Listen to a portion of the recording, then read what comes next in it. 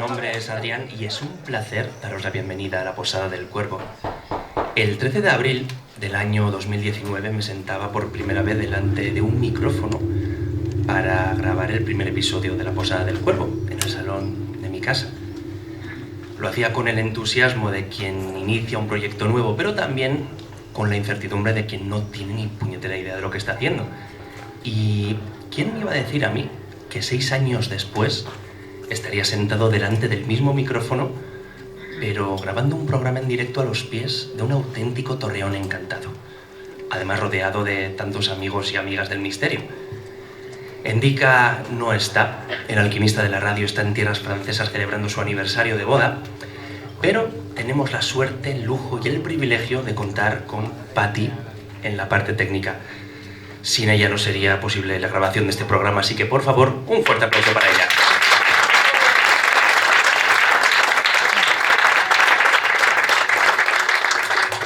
Si en este mismo momento, en este instante, apareciera un espectro o un fantasma, no me daría miedo, ni siquiera me asustaría, porque me acompaña el mejor plantel posible para hacer frente a el fenómeno de esos visitantes sobrenaturales.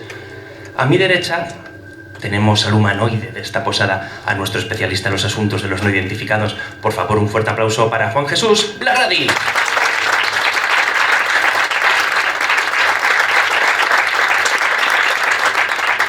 Larradi, bienvenido a la Posada del Cuervo. Bien hallado y encantado de estar aquí de nuevo con vosotros. Llevas más de 30 años persiguiendo misterios y hay una pregunta que te tengo que hacer. Cuéntame. ¿Te dan miedo los fantasmas? Pues no lo sé. No lo sé porque nunca me he encontrado con ninguno de ellos. ¿Te gustaría? Por otras cosas sí, pero con fantasmas, la verdad es que no. ¿Te gustaría tener ese encuentro con una entidad? Por supuesto, me encantaría. Vale, en general, este tipo de fenómenos son muy sutiles, desaparecen enseguida, duran apenas unos pocos segundos. Tú como investigador, imagina que tienes la posibilidad de tener ese encuentro, entiendo que deseado, ¿no?, por ser un investigador. Sí.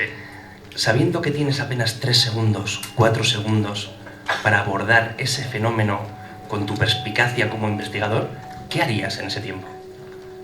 ¿Me podría hacer una pregunta? Yo creo que he sido bastante concreto, pero puede... Pues sí.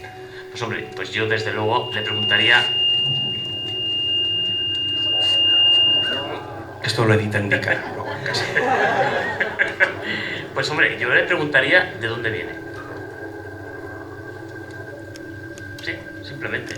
Le haría esa pregunta. ¿De dónde vienes? Vale. Luego llegaremos a conclusiones después de este programa. A mi izquierda tenemos a un investigador que ya es todo un referente de las tierras burgalesas. Aquí en la Posada del Cuervo es conocido como el hombre que ha recorrido más de 100.000 kilómetros detrás del misterio. Por favor, un fuerte aplauso para JJ López.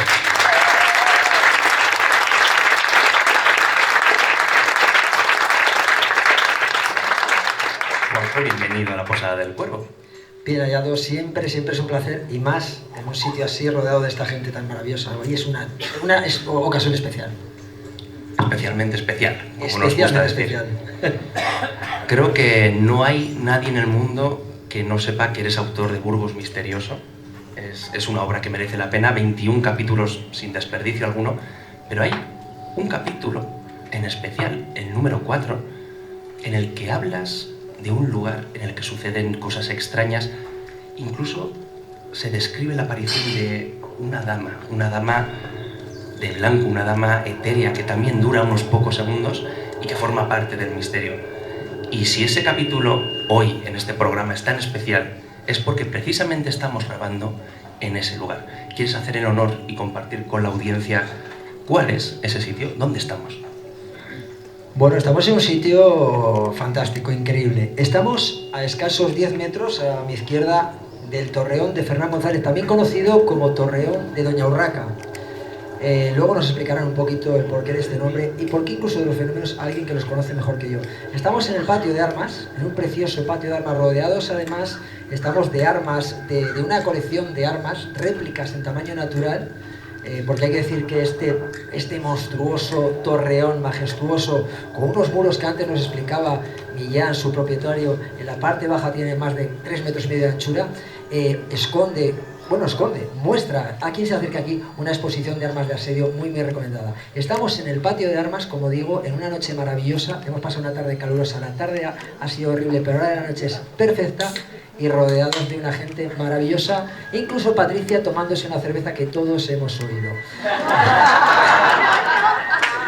Endica lo va a editar eso también, espero. No he sido yo. De todas formas, ahora volviendo, porque todos los que estamos aquí, si algo nos une es el misterio.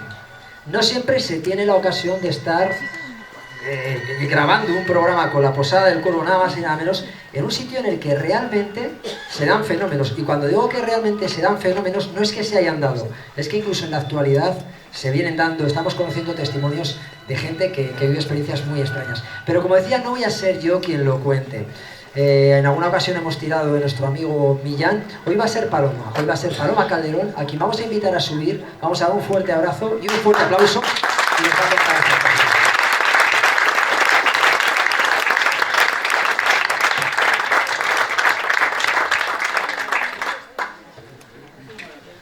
Gracias, Paloma. Bueno, muchas gracias a vosotros. A ti, por Dios. A ver, ¿y por dónde empezamos? Pues... Porque han dicho que contar. Resúmenos, porque yo creo que incluso ha tenido la gente el placer, alguno de ellos, de disfrutar de una visita por el Torreón hace un rato, acompañados de Miguel Ángel y Seila, Misterios en Viernes. Resúmenos un poco, para que ahora, además, en esta oscuridad que ya empieza a entrar de la noche, sepamos qué hay, qué se puede esconder detrás de este muro que tenemos todos nosotros a muy pocos metros. Perdón, que no, se me oye ahora, ¿no? Os podría contar anécdotas mías personales y de terceras personas, que yo no las he visto, pero conozco, por ejemplo, con Millán, en las visitas que se hacen al Torreón, con público que viene a ver la historia del Torreón, las armas, etc. Y, por ejemplo, una de ellas, muy curiosa, era la primera visita de la mañana. O sea, no había nadie en el interior del Torreón. Y sube Millán con un grupo por estas escaleras donde habéis subido todos a verlo, y de pronto un niño pequeño, pues tendría unos 8 años más o menos, se adelantó a Millán y se metió en el Torreón. Y de pronto dice, se da media vuelta en la entrada y dice: abuelo, que no quiero entrar donde está esta señora, que no me gusta. Y diciendo, si no hay nadie, o sea, a ver, bonito, que tranquiliza. No, que no me gusta, vámonos. Como muy nervioso. Y digo, a ver, si no hay nadie, acabamos de abrir la torre, como os digo, y estaba vacía. Y eso es una anécdota que ha sufrido Millán. Mías personales, pues con la grabación, no sé si lo conocéis, nosotros vinieron a grabarnos el programa de Cuarto Milenio, hace ya unos años, y durante la grabación de ese programa pues tuvimos unas pequeñas anécdotas, pero la más impactante fue ya cuando se editó este programa en el plató de Cuatro. O sea, que estuvieron aquí grabando una serie de psicofonías en ciertos puntos del Torreón, y cuando las pusieron en el programa, todo el equipo de Cuarto Milenio, incluidos nosotros, nos llevamos las manos así, asustados. Y es más, avisaron que cuando iban a emitir ese programa lo iban a minimizar, porque era demasiado intenso, ¿no? Si habéis escuchado el programa a lo mejor os sonará, pero los que no lo hayáis visto, había como unos ruidos en la zona de la bóveda de cañón, la primera planta, en una de las paredes sonaba como golpes, como si alguien estuviera dando golpes con una maza en la pared, mecánicos, no naturales. Y luego en la zona de la capilla, ¿soy yo? En la zona de la capilla, perdón, era como una señora gritando desesperada, como gritos histéricos de alguien aterrorizado. Y claro, eso en plató sonó fortísimo. Y había mucha gente que cree en estas cosas, pero mucha gente que no cree en ello, y todos se quedaron blancos. Entonces a la hora de editar el programa lo avisaron, oye, vamos a bajar la intensidad de estos ruidos porque son muy fuertes. Eso es en cuarto milenio. Y luego la mía personal, pues un año antes de la pandemia, por cierto. Hicimos una visita nocturna, nos dio esa locura, porque fue una locura. Fue muy divertido, pero no lo volvemos a repetir. Íbamos a oscuras con linternitas dentro del torreón, pusimos velas, efectos de niebla, estuvo muy bien, la verdad. Estuvo, no sé si conocéis a Silverius, nos hizo un concierto arriba, etc.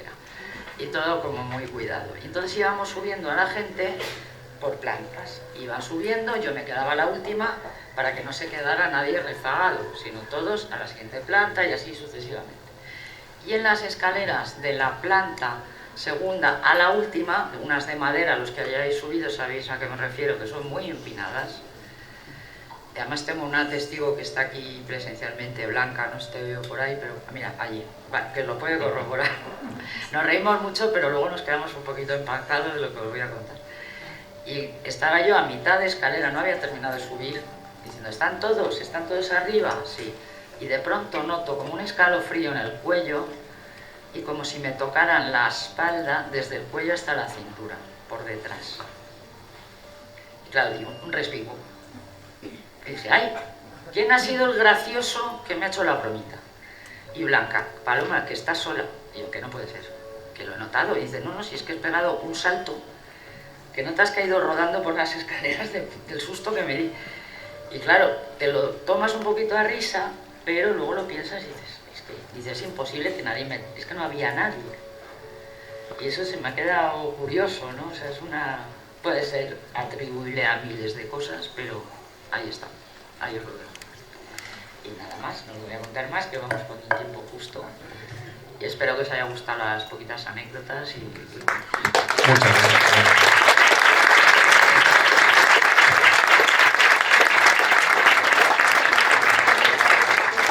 El misterio puede manifestarse de diferentes maneras. A veces lo escuchamos, otras lo intuimos, lo podemos sentir también, como le pasó a Paloma, pero cuando aquello que llamamos misterio de alguna forma logra materializarse y lo vemos con nuestros propios ojos, tenemos un problema. Porque el sentido de la vista, la percepción visual, es la forma de percepción más eficaz y más difícil de cuestionar del ser humano. Incluso cuando dos sentidos nos mandan información contradictoria, la que prevalece es la de la vista. Os voy a poner un ejemplo que seguramente os haya pasado. ¿No os ha ocurrido que vais por la calle y sentís que vuestro teléfono está vibrando? Incluso os puede llegar a pasar que escucháis, os parece escuchar el tono del teléfono. Metéis la mano al bolsillo o al bolso, cogéis el teléfono y veis que no hay ninguna llamada, no os estaban llamando. Y dais por hecho que os habíais equivocado, porque lo estáis viendo, os fiáis de lo que veis. Incluso desde la psicología, desde la perspectiva psicológica, la interacción humana, prevalece el lenguaje no verbal, lo que vemos, sobre el lenguaje verbal, que es lo que escuchamos. A mí, por desgracia, me pasa de forma cotidiana. A lo mejor llego a casa, veo a mi pareja como con cara de pocos amigos, con cara de mala leche, y le digo, oye, ¿te pasa algo? ¿Estás bien? Y a lo mejor me responde, ¿qué me va a pasar? ¡Bum! Un portazo. Pues el lenguaje no verbal me está dando una información que contradice lo que ya me ha dicho, ¿no? Evidentemente me está mintiendo, algo le pasa. Como digo, la percepción visual es la forma de percepción que tenemos más eficaz, pero claro, es que es la que mejor revela la realidad que nos rodea. Entonces, ¿qué ocurre cuando lo que vemos desafía las leyes de la realidad? ¿Qué ocurre cuando lo que vemos es simplemente imposible? Miles de personas alrededor de todo el mundo describen una serie de encuentros con entidades extrañas que podríamos tildar como sobrenaturales, y hay un porcentaje bastante amplio de esas supuestas entidades que tienen sí forma humana, sí forma de persona, pero de personas fallecidas, lo que nos llevaría, Juanjo, a poner sobre la mesa una hipótesis que yo diría que es la más popular sobre el fenómeno, que sería la perspectiva espiritual. Claro, efectivamente. Además, esto volvemos un poquito a lo que hemos hecho muchas veces hincapié. Cuando este fenómeno no lo vive una persona, que lo viven varias, que es un fenómeno, un efecto colectivo, y se le puede poner cara y se puede identificar con tal persona, pues la verdad es que muchos de los argumentos que podemos tener a modo de alucinación, de una pareidolia, de un efecto del sueño, del cansancio, se nos va cayendo por tierra, y entonces tenemos a veces que aceptar que quizás estas teorías que defienden la posibilidad de los fantasmas como apariciones de gente que ya no está aquí, que ya nos ha dejado, pues quién sabe, quizá es una posibilidad. Fíjate lo que estoy diciendo, algunos estarán diciendo, pero tú no eres el escéptico. Yo soy el escéptico, pero evidentemente tampoco podemos negar que hay miles y miles de testimonios. Yo me atrevería a decir que incluso ahora, entre el público que hay aquí con nosotros, hay alguien que ha vivido una experiencia muy directa con un fantasma. Con un fantasma, fíjate lo que estoy diciendo.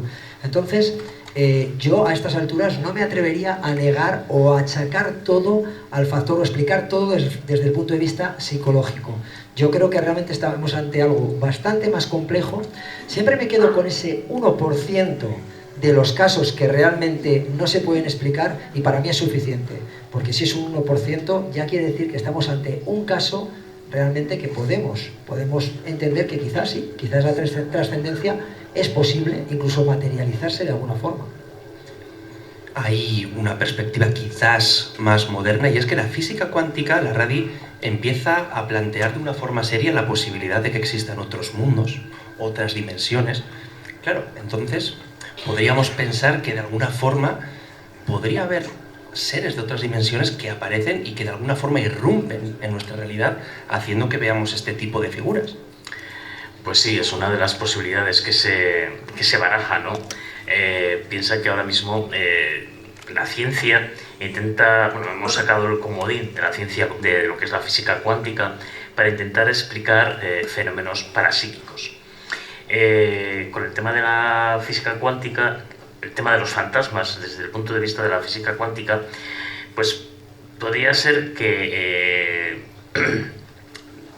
como dices, hay universos paralelos, hay, digamos, dimensiones paralelas, y entonces cuando realmente estamos viendo un fantasma, lo que estamos viendo es una interconexión, una especie de rotura entre lo que es la frontera entre nuestro universo, en el que podemos ver y palpar con nuestros sentidos, a otros universos que quizás sean a donde vayamos una vez que trascendamos de este mundo desde el punto de vista físico.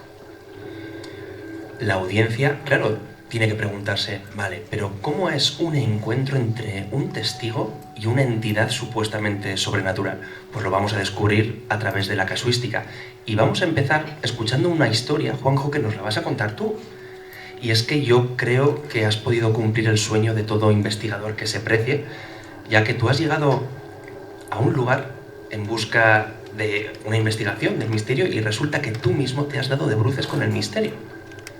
Sí, cierto. Yo suelo decir que es el caso que entré como investigador y salí por esa puerta del hotel como testigo de fenómenos que jamás hubiera podido imaginar. Era mi sueño, como bien dices, pero quizá esta mente tan escéptica, como dicen algunos amigos míos por aquí y amigas, me impide a veces ver. Pues bueno, ahí me di de cara, de bruces con ello, ¿no? Tenemos que irnos a Castrojeriz. Castrojeriz, un pueblo de la provincia de Burgos, y un hotel en el que, un hotel, hoy se puede decir el nombre, hoy Hotel Jacuz, entonces Hotel Puerta del Monte, el que nos aseguraban que allí se daban fenómenos de todo tipo. Y allí, gracias a nuestro amigo Ángel de Pozo, o bueno, por una petición de él y un programa que tenía en Televisión Castilla y León, Mysterium, me animó a ir a investigar allí. Bueno, pues en un sitio, es un pequeño hotel de 12, 13 habitaciones. Es una casa de tipo colonial, es un edificio de tipo colonial, y tuve la gran fortuna de poder investigar en su interior, de pasar una noche en su interior. Allí se daban fenómenos de todo tipo, además nos hablaban de ello tanto sus trabajadores como los propios directores, Rafa y Paloma. Hablaban de voces invisibles que salían de la nada y que les llamaban por su propio nombre. Estaban haciendo las habitaciones y de repente escuchaban Catherine, Paloma, quien fuera, y allí sabían que no había nadie. Se daba incluso la aparición de una figura pequeña que nunca llegaron a identificar si era un niño o una niña. En un principio pensaron que incluso podía ser la hija de los directores que andaba por ahí correteando, pero la hija no estaba en ese momento. Yo, resumiendo mucho, os puedo decir que entré además en un momento en el que no tenía mucha, vamos a decirlo, por circunstancias personales, no estaba muy centrado en esta investigación y fui un poco por cubrir expediente. Pues después de aquella noche os puedo asegurar que lo primero que aprendí es a ser o a intentar entender al testigo. Me explico. Cuando yo siempre lo había visto como investigador, y como investigador te ves forzado a veces a tensar, a preguntar hasta el aburrimiento, hasta que incluso te amenazan con que te van a denunciar por acoso, como me ha ocurrido. Tienes que, a veces es tu obligación. Y yo entendí lo difícil que es hablar o contar cosas que el otro que está al otro lado, la persona que está al otro lado, puede estar pensando, este está chalado, este se lo está inventando, este quiere vivir de ello, no lo sé. Hubo durante mucho tiempo, no me atreví a contar la experiencia que había vivido estando yo solo en el hotel. Y fue mi amigo Juan G, quien en el Prisma de Razón, en un programa que teníamos, me lanzó a bocajarro y dice, no, cuenta lo que a ti te ha pasado, porque está bien que seas valiente, cuentes lo de los demás, cuenta lo tuyo. Y entonces yo vi que debía a esos testigos, dije, pues es verdad.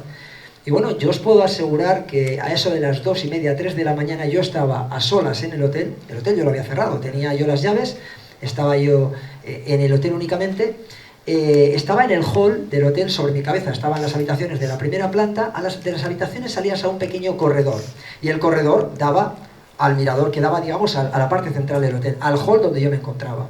Los suelos eran de madera, y sobre mi cabeza escuché unos pasos, con total claridad. Os puedo asegurar que no hablamos de dilataciones, de animales, de sugestión. Yo llevaba varias horas, no soy una persona que me sugestione en sitios así especialmente, y eran unos pasos con tal claridad que yo lo primero que pensé es que se podía tratar, y me preocupó, de una persona que realmente estaba intentando robar.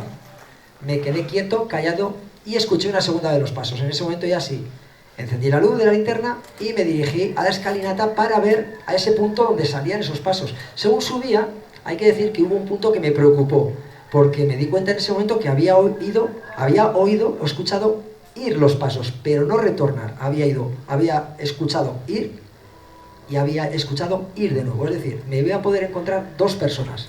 Eso me preocupó. Yo estaba en minoría y encima no sabía quiénes eran. Cuando, para mi sorpresa, lo único que se encontró, la luz de mi frontal, era un vacío, no había absolutamente nadie más que el cartel de la puerta de la habitación 102. La puerta, la habitación donde se daban la mayor número de fenómenos. Yo había podido constatar cómo empresas de molinos de viento, una empresa de molinos de viento estaba trabajando allí, sus trabajadores se habían ido porque no se querían quedar a dormir allí. Yo después de aquello, al día siguiente ya hice más experimentos por allí, vi que no había nadie, constaté que no había absolutamente nadie, os puedo asegurar, los pasos os puedo jurar que yo los escuché. De hecho, cuando dice el testigo, dice, es que eso no lo voy a olvidar nunca. Adrián, te puedo asegurar que esos pasos todavía, el eco lo tengo en la mente y no se me va a borrar. Al día siguiente yo llamé a Ángel del Pozo, el director del programa, sabe cómo soy. La idea era hacer el programa desde el estudio de Valladolid. Y le dije, Ángel, hay que venir aquí, hay que desplazar un equipo. Me va a costar convencer al director porque no quería, pero hay que hacerlo aquí. Cuando expliqué no daba crédito. Bueno, pues para mi suerte, para mi suerte, pudimos hacer allí el programa, y lo mejor de todo es que obtuvimos 2 psicofonías alucinantes. Ha sido la única vez que hemos podido grabar algo, recoger algo. Era un equipo de televisión profesional. Nos percatamos como 1 hora y pico después, ya revisando, pues había que repetir algo. Y no solamente eran 2 voces con total claridad, es que eran 2 voces que parecía contestar a las preguntas que se hacían. Es lo más cerca, puedo decir, que he estado quizá de un fantasma. No lo he visto, ese efecto visual que dices que tanto peso tiene. Yo, si hubiera llegado a ver algo, no sé mi reacción, cuál hubiera sido. Pero desde luego es cierto que yo ante los ruidos lo que hice es buscar la lógica, es decir, aquí tiene que haber algo. Para mi sorpresa no la había. Y cuando algo responde a una pregunta, entiendo que tiene que haber hasta cierto punto consciencia. Sí, claro. Es que hay que decir que todo esto lo hicimos acompañados de Itziar. Itziar, una mujer con unas capacidades mediúmicas, que ella sí que nos decía que había por el hotel, por diferentes estancias, había incluso 2 personas, una mujer, ella lo tenía con total claridad. Entonces, tengo que reconocer que este era un recurso para la televisión que quedaba muy bien, porque era una mujer que además tenía un semblante duro, trabajaba con un péndulo. Yo lo estaba llevando, tengo que admitir, al plano más visual, quedaba muy bonito en la tele, dicho mal y pronto, pero no esperaba encontrar ningún resultado. De hecho, Ángel del Pozo, hay que decir, nuestro buen amigo Ángel del Pozo, le pasó exactamente lo mismo. Cuando escuchamos, es que fue muy casi cómico, llegó la técnico de sonido, la pobre chica, con los cascos, dijo, aquí se ha grabado algo. Nosotros pensamos, bueno, a A ver qué... Pues bueno, nuestra sorpresa fue esa. Cuando subimos asustados otra vez, Ángel y yo cogimos, claro, el material para ver si volvíamos a grabar algo, y Ciar subió, o Itziar, como ya dice, subió con toda su serenidad y dijo, pues incrédulos, ahora ya no hay nadie, no vais a grabar nadie, nada. Según ella, efectivamente, había una entidad femenina de una mujer, pero no correspondía, por ejemplo, a la aparición que sí que había vivido Rafa, el director del hotel. Rafael había visto a una mujer mayor, muy mayor, de rostro muy duro, muy serio, que atravesaba la estancia donde él estaba trabajando en la llamada sala de la pianola y desaparecía por la pared. Lo vio con total claridad. Claro, yo cuando escucho este tipo de historias en las que hay una figura que no debería de estar ahí, yo me pregunto, ¿qué pasaría si cogiéramos un dispositivo, una cámara, ya sea de fotos o de vídeo, y grabamos donde el testigo dice que está esa figura? ¿Se vería algo o no se vería? Pues lo cierto es que hay veces que sí, que parece que los dispositivos tecnológicos captan el misterio. Y traigo una historia que pude conocer a través de un hombre que se llama Rubén, y cuando le entrevisté me contó algo que le sucedió en el año 2019.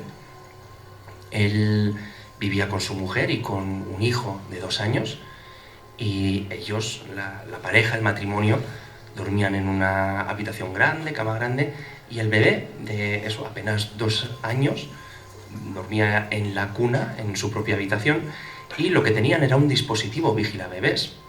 En la habitación grande tenían una pantallita que reproducía lo que una cámara apuntaba a la cuna. Bueno, era una perspectiva un poco alta, general, era un plano general, porque tenían la posibilidad de poner la camarita a una altura bastante grande, que se permitían ver toda la cuna. Y una noche, ellos estaban durmiendo tranquilamente, como una noche más, y el niño se despierta. Y le oyen llorar, la pantalla del vigilabebés se enciende, y les parece extraño porque el niño llora de una forma más intensa, como con más congoja, más angustia. La madre, ya cansada de otras noches anteriores, le mete un codazo a Rubén, en plan, oye, vete tú, te toca. Y Rubén se incorpora un poco en la cama, coge la pantalla, y efectivamente ven que su hijo de 2 años, lo ve solo Rubén, él ve que su hijo de 2 años se está revolviendo en la cama, con angustia, con congoja, y ve algo que produce mucho miedo, porque en esa perspectiva general de la cuna, ve que hay una figura humana, una sombra, a un lado de la cuna. Es una sombra que está encorvada, vigilando el interior de la cuna. Él sabe que solo están 3 en casa. Está el matrimonio y está el bebé. Él, el primer impulso que tiene es levantarse e ir a agredir a esa persona, porque lo primero que piensa es que se van a llevar a su niño, que lo quieren raptar. Y para su sorpresa, de repente ve cómo el brazo de esa figura se estira y empieza a acariciar con cariño la cabecita del niño, como con mimo, como con cuidado. Y el niño deja de revolverse, se tranquiliza, y él, paralizado, viendo esa escena a través de la pantalla, ve cómo el niño se queda durmiendo, se duerme. Y él se fija, y esa figura es su padre, con la particularidad de que había fallecido hacía 1 año, en el 2018. Esto, claro, me lo contaba tomando un café en el barrio, además vive en un piso muy cerquita de mi casa. Yo le decía, pero Rubén, ¿no vas a toda leche a la habitación? Ahí, no sé, igual sí es tu padre, pero, tío, tienes una entidad, no sé si chunga o no, pero yo iría a ver qué pasa ahí. Y me dice que no, Adri, mira, estoy 100% seguro de que era mi padre, no tengo ninguna duda, era él. Reconocí su rostro, su bigote tan característico que tenía en vida. Y digo, vale, ¿y aún así no vas a ver a tu padre? Y dice, no, me recorrió una sensación de tranquilidad tan grande, o sea, me sentí tan feliz en ese momento, tan tranquilo, sabiendo que mi padre está cuidando de mi hijo, que me di media vuelta y seguí durmiendo. Quizás yo hubiese hecho lo mismo, ¿no? Sé lo que es el cansancio de la paternidad, pero no sé qué os parecerá a vosotros. A mí me parece que tiene que haber un componente casi onírico en este tipo de experiencias. La radio, no sé si tú has investigado algo parecido, porque, o sea, yo no entiendo que veas eso por la pantalla, y si no estás, no sé, como seguro de que a lo mejor es algo de otro mundo, no sé, yo creo que tendría que ir, no podría seguir durmiendo, no lo sé. A ver, yo la verdad que no he investigado ningún caso tan explícito, más que nada porque él reconoce, ¿no?, la figura de su padre con unas características físicas concretas. Sí que he investigado casos de vigilabebés o cámaras de seguridad que sí que han, pues, registrado algunas bolas de luz, orbes, que como también se les llama, incluso figuras humanoides captadas por cámaras de vídeo. Pero claro, un fantasma, o sea, la figura de una persona que sabes que ha fallecido, que es que no es, no le conozco de nada, es alguna ente, es que sabes que es tu padre. La verdad es que nunca he... No, es sorprendente, ¿no? Quiero que escuchéis un testimonio real, porque, Juanjo, ¿cuántas veces hemos dicho que por muy buen divulgador, que sea un investigador, alguien que se dedica a contar este tipo de historias, nunca hay algo como sentir la emoción en las palabras de alguien que sí que ha vivido el misterio en primera persona? Claro, esto ya no solo el hecho de escucharlo y la emoción el investigador nunca lo va a poder describir. O sea, cuando tú no lo vives, yo sin duda la experiencia que tuve en el hotel de Castrojeriz no es lo mismo que cuando voy a contar experiencias que me han contado. O sea, eso es inevitable. Más luego hay un factor, el teléfono es cacharrado, la información se va cambiando, se va perdiendo. Yo me la cuentan de primera mano y aunque no quiera, no la voy a contar exactamente igual que me han contado. Voy a cambiar una pequeña palabra, un verbo, y ya la historia puede tomar otros derroteros. Y esto ya se llega a una tercera o una cuarta persona. Por eso yo, un consejo que doy y algo que suelo hacer, por ejemplo en Castrojeriz, lo hice, porque yo sabía que al día siguiente iba a dudar de lo que yo había vivido. Me iba a poner mil excusas, iba a decir, bueno, que igual. Entonces, lo que hice fue anotarlo en un cuaderno como el que tengo aquí encima de la mesa, anotar todo lo que había ido sintiendo, viendo y viviendo. Porque de esa forma, cuando me viene alguna crisis de fe, que me vienen muchas, releo y digo, ostras, es que... y vuelvo a ese momento. Entonces, no hay nada igual que el testimonio directo. Por eso la investigación es muy importante, como siempre decimos, hacerla cara a cara, sentir esa mirada del testigo. Como digo, vamos a escuchar un testimonio real, contada por su propia protagonista, así que quiero que recibáis con un fuerte aplauso a Macarena de Rosa.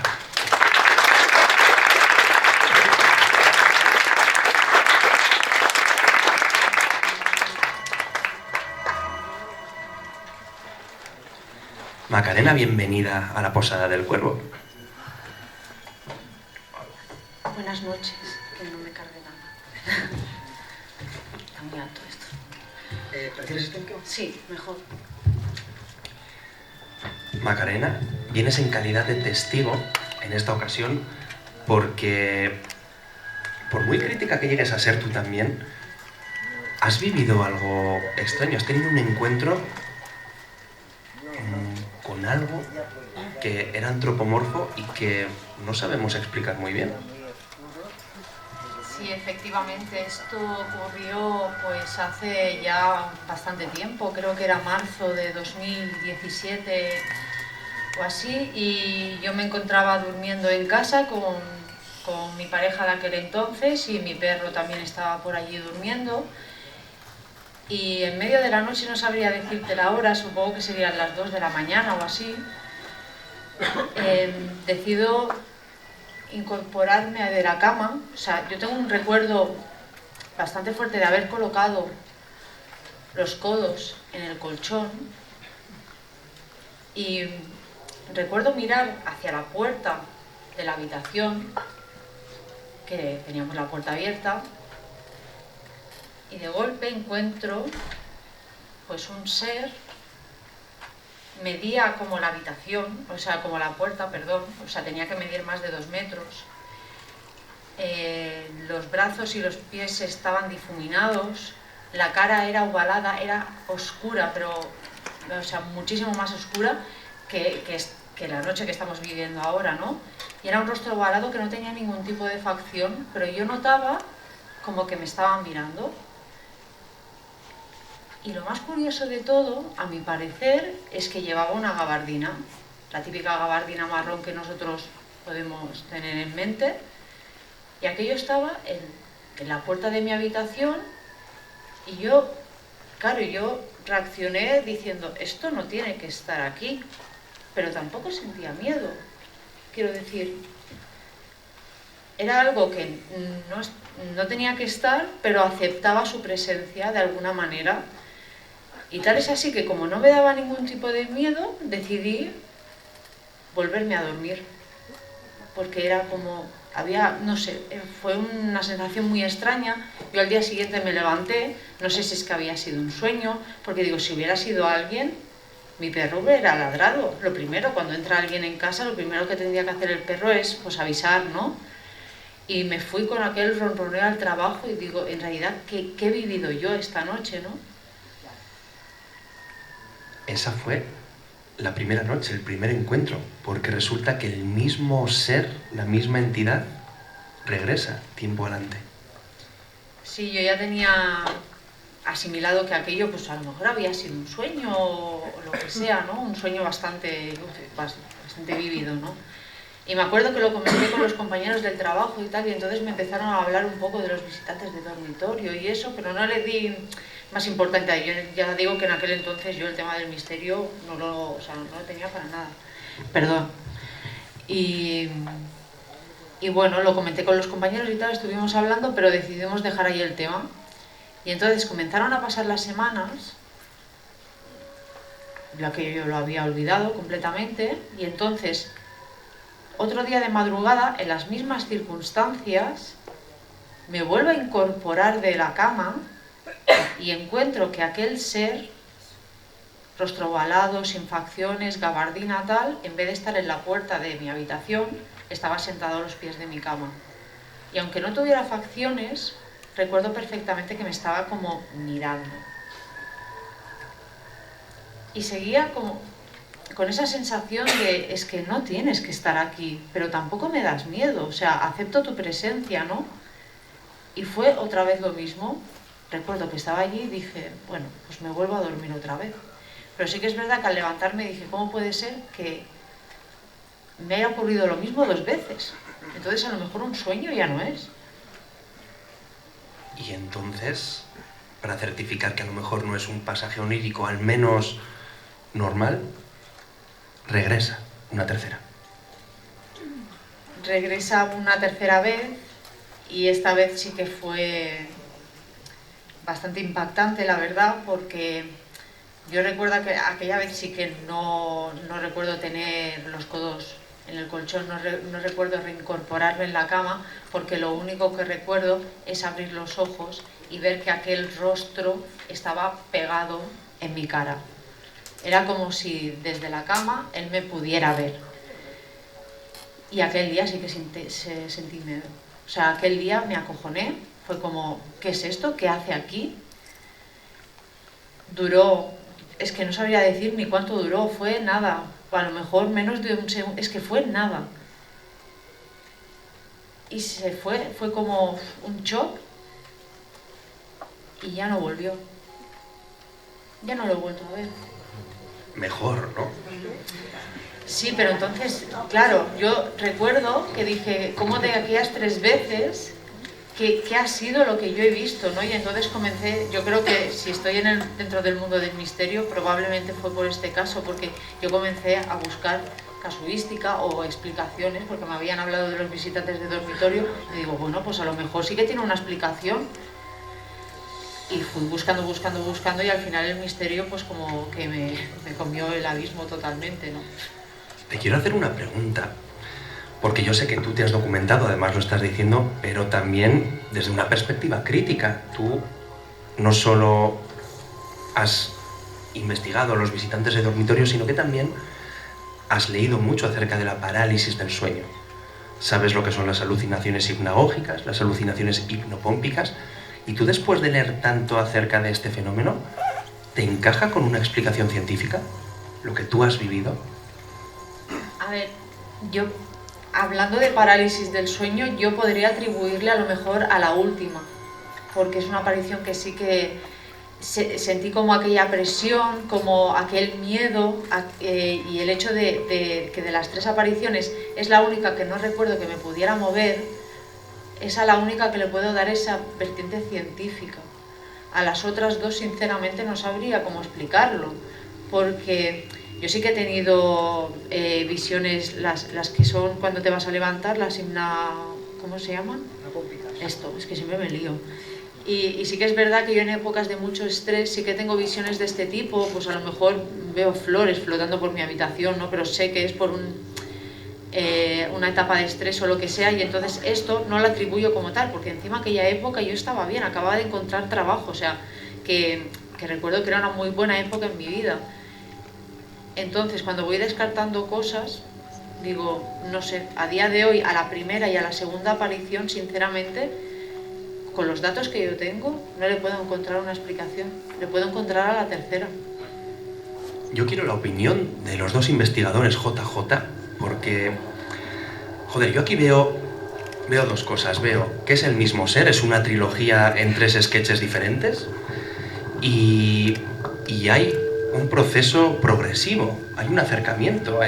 Empieza lejos y se va acercando hasta que logra darte miedo. Entonces, yo no sé si a vosotros os cuadra con una explicación científica. Hombre, como muy bien dice, ese tercer caso sí que lo podemos llegar a atribuir a una parálisis de sueño. Y si atribuimos uno, ¿por qué no los dos anteriores? Pero también podemos decir que si los dos anteriores no concuerdan con una parálisis de sueño, ¿por qué la tercera sí? Quiero decir, a mí me parece que estamos en los 3 casos ante lo mismo. ¿Qué es? Desde luego es muy extraño. Luego a mí me surgen muchas preguntas. Por ejemplo, tu entonces pareja había vivido algo, había visto algo en algún momento. La casa donde os sucedió, la habitación, es la que sigues. No sé, me quiero meter un poco en tu vida, perdona. Mira, mi expareja a día de hoy no conoce esto porque probablemente hubiera salido corriendo, básicamente. Y sí que es verdad que cuando yo me mudé, porque ahora yo en esa casa no estoy, yo estoy viviendo en otra, y sí que cuando nos estábamos mudando hubo una vecina que comentó, bueno, nos estaba viendo bajar cajas y demás muebles, y dijo, ¿que os vais a marchar? Yo, sí, hemos encontrado otro piso, tal, no sé qué.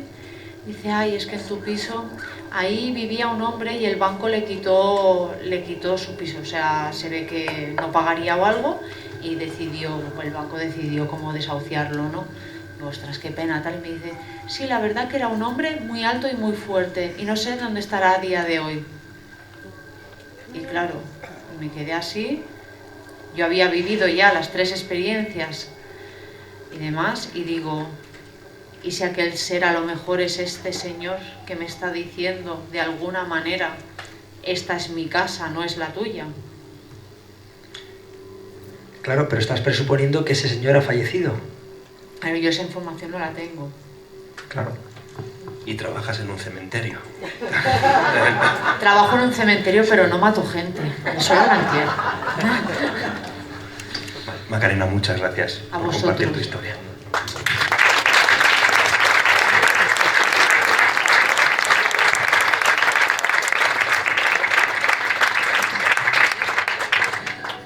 El misterio a veces es un poco aleatorio, irrumpe sin avisar, pero en otras ocasiones es reiterativo y se ensaña con un mismo lugar una y otra vez. Y en estas ocasiones se dice de ese sitio que es un lugar encantado. Y tú en la radio te has currado un trabajo de documentación acerca de el que probablemente sea uno de los expedientes más impactantes que hay. Pues sí. Además, fíjate, voy a leer un anuncio. Un anuncio en el diario The Times de Londres en 1937. Casa encantada. Se busca personas responsables, con tiempo libre e inteligencia, intrépidas, críticas e imparciales, para unirse a un equipo de observadores durante una investigación de un año, noche y día, en una supuesta casa encantada situada en los condados próximos a Londres. Se suministran las instrucciones por escrito. Se valorará la formación científica o la capacidad de manejo de instrumental simple. La casa se encuentra en una aldea aislada, así que es esencial contar con vehículo propio. Escribir al apartado de correos 989. Este anuncio lo publicó un personaje muy conocido, Harry Price. Harry Price es el que podemos denominar el primer cazafantasmas profesional. Inglés, por supuesto. Era un personaje, la verdad, que muy curioso. Acudía a las investigaciones con su cestita, con sándwich y un termo para el té. Era todo un lord. Era muy inglés, muy inglés. Este lugar, en este anuncio, ¿no?, lo que querían era investigar un sitio, la rectoría de Borley. Está en el condado de Essex, muy cerquita de Londres, y bueno, esto es una rectoría, es el edificio en el que vive habitualmente el párroco, adscrito a una parroquia, sobre todo en los países anglosajones. En 1863 hay un reverendo, el señor Henry Bull, que bueno, está lo que es el párroco de la parroquia de Borley, y decide pues construir una rectoría, una casa para poder estar allí él y su familia. Pues bueno, este hombre manda a construir esta casa, una casa la verdad que bastante incómoda, porque no tiene electricidad, no tiene agua corriente, es una construcción un poco caótica que sufre varias reformas durante lo que son las obras. Y bueno, pues este hombre y su familia, que era una familia bastante numerosa, empiezan a contar que en los jardines se ve una monja que va paseando por el jardín. Es tal esa familiaridad que tienen con la monja que él pide construir un pequeño templete en el jardín para poder sentarse tranquilamente a ver a la monja. Lo naturalizan mucho, ¿no?, estas visiones. En la propia casa, en la propia vivienda, empiezan a surgir pues sonidos, pasos, objetos que se mueven de sitio. Es muy recurrente objetos que caen por las escaleras, pequeños objetos, yo qué sé, pues piedras, etcétera, etcétera. Este hombre, pues bueno, tiene una vida allí, en esta vivienda, y bueno, fallece, y esta vivienda pasa a otro nuevo rector, ¿no?, con su familia. Y el que le toca, el párroco, se apellidaba Forley, pues llega a esta casa, se habilita. Este hombre venía de Canadá y no conocía nada, absolutamente nada de esta vivienda, de la India, y de repente se encuentra en una casa fría, sin agua, o sea, con ningún tipo de comodidad, y además con fama de encantado. Y él, inocentemente, podemos creer, escribe una carta a un periódico, al Daily Mirror de Londres, y en la sección de ruegos y preguntas. Y dice, bueno, por favor, ¿me podrían poner en contacto con la Society for Physical Research? Es una asociación creada en Londres para digamos, el estudio científico de los fenómenos paranormales. Vamos a poder decir que es la primera institución que se toma en serio todo este tema de lo paranormal. ¿Y qué ocurre? Lo que le manda el periódico es a un periodista y un fotógrafo. Entonces, claro, el hombre se pega un susto del copón. De decir, bueno, tal. Claro, él lo que quería era manejar todo con mucha discreción, porque él lo que necesitaba era un informe que de esta sociedad que dijera, tu casa está encantada. Entonces él iba a ir a donde el obispo y decirle, yo aquí no puedo vivir, no porque no tenga luz, no, es que la casa está encantada. Y claro, lo que se encontró fue un periodista y que empezó a publicar en el periódico pues las historias que sucedían en este hogar. Se enfada muchísimo con el periódico y dice, por favor, sacadme a este periodista, sacadme a esta gente de aquí, mandadme a alguien serio. Y le mandan a Harry Price. Harry Price, pues bueno, se presenta allí con su cestita, con su sándwich, con su teta, y empieza a hacer una investigación. lleva unos 9 meses aproximadamente, en la que, bueno, según él, es testigo de muchísimos fenómenos. Visiones de esta monja, hay muchos testigos que dicen que hay una monja que aparece por el jardín, otros testigos que hablan de un carruaje de caballos conducido por un cochero al que le falta la cabeza. Luego también la visión de una mujer en las plantas superiores que parecía atravesar las paredes de una instancia a otra. Luego ya, pues bueno, fenómenos poltergeist, ¿no? Más de ruidos, pasos, objetos que se caen, materializaciones, desmaterializaciones de diferentes cosas. Y bueno, llega un momento en que este párroco pues decide tirar por la calle del medio y se marcha de la casa. Se marcha de la casa, lo deja, y Harry Price pues recibe la invitación por parte del obispo de: oye, mira, si quieres yo te alquilo la casa y haz los experimentos que quieras. Es el anuncio que os he leído. Y bueno, allí pues consigue hablar tener algunos investigadores allí, pero hay algo que empieza a oler mal en toda esta historia, y es que las condiciones que Harry Price había puesto para estas investigaciones son un poco dictatoriales. Lo primero, para dormir tienen una hamaca de camping con un colchón, solamente les deja una lámpara de alcohol para poder calentar el té, y sobre todo les dice que ellos no pueden publicar absolutamente nada relacionado con esta vivienda sin el consentimiento, no pueden hacer fotografías, o sea, todo tiene que pasar por el filtro de Harry Price. Bueno, hace la primera transmisión en directo desde esta casa, 1937, hace una transmisión en directo en la radio a nivel de toda la nación de las investigaciones que hacen, digamos, el pionero en todo esto de la divulgación, ¿no? de los fenómenos paranormales.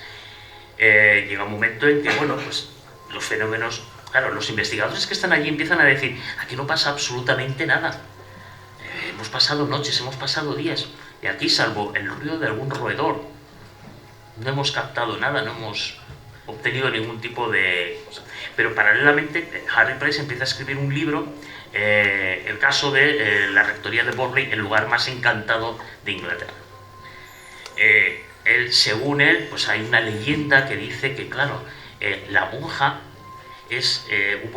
allá anteriormente hubo un monasterio, y entonces una monja y un fraile tuvieron una relación indecorosa y despillaron.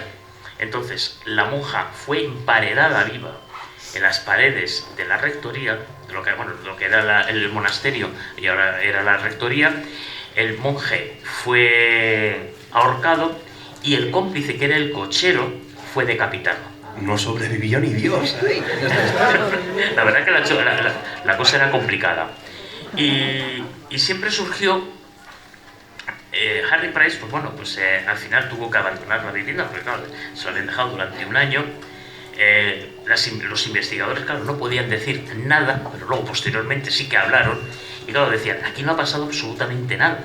Pero Harry Price decía que había habido más de 2000 testigos que habían sentido y habían visto cosas, pues, apariciones fantasmales, poltergeist, etcétera, etcétera. Harry Price,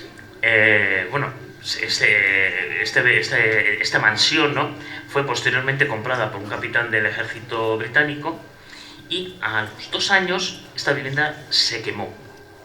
Hubo un incendio y esta vivienda se quemó.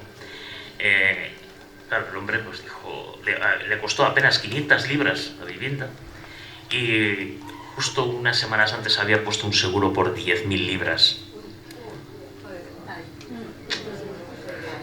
Ahí había algo oscuro. ¿Qué ocurre? Muchos investigadores a posteriori dijeron que Harry Price estaba pasando unos momentos económicos bastante complicados, porque él quiso vender su laboratorio estamos hablando de 1936-37, quiso vender su laboratorio de física paranormal, con un montón de equipos, etcétera, a una universidad alemana, nazi. Y resulta que Harry Price era muy conocido en los círculos sociales ingleses por su, vamos a decirlo, su caída hacia el pensamiento nazi. Además, bueno, él quería entrevistarse con Adolf Hitler, etcétera, etcétera. Entonces, claro, este hombre vio en su momento que no estaba sacando el dinero que quería, estaba bastante defenestrado por parte de los científicos, porque estaba tomando una serie de actitudes sospechosas, y bueno, pues quizás ahora sigue vendiendo el lugar como el lugar más encantado de Inglaterra. Ahora es un jardín al lado de la parroquia de Borley, pero muchos investigadores actuales dicen que en realidad fue toda una invención, una especie de exageración de unos pequeños fenómenos que ocurrieron, que Harry Price pues supo vender muy, muy bien. El próximo directo en Borley. Bueno, conozco sitios mejores. ¿Tú con qué parte de la historia te quedas después de haberte documentado? ¿Tú crees que realmente ahí pudo pasar algo extraño? Ahí pudo pasar algo, lo que pasa que, por supuesto, ahí está la mano del investigador, ¿no? Que es quizás lo más importante en todas estas historias. ¿Qué actitud tome el investigador? Si el investigador toma una actitud neutra, que es la que tiene que tener, simplemente recopilar información, investigar,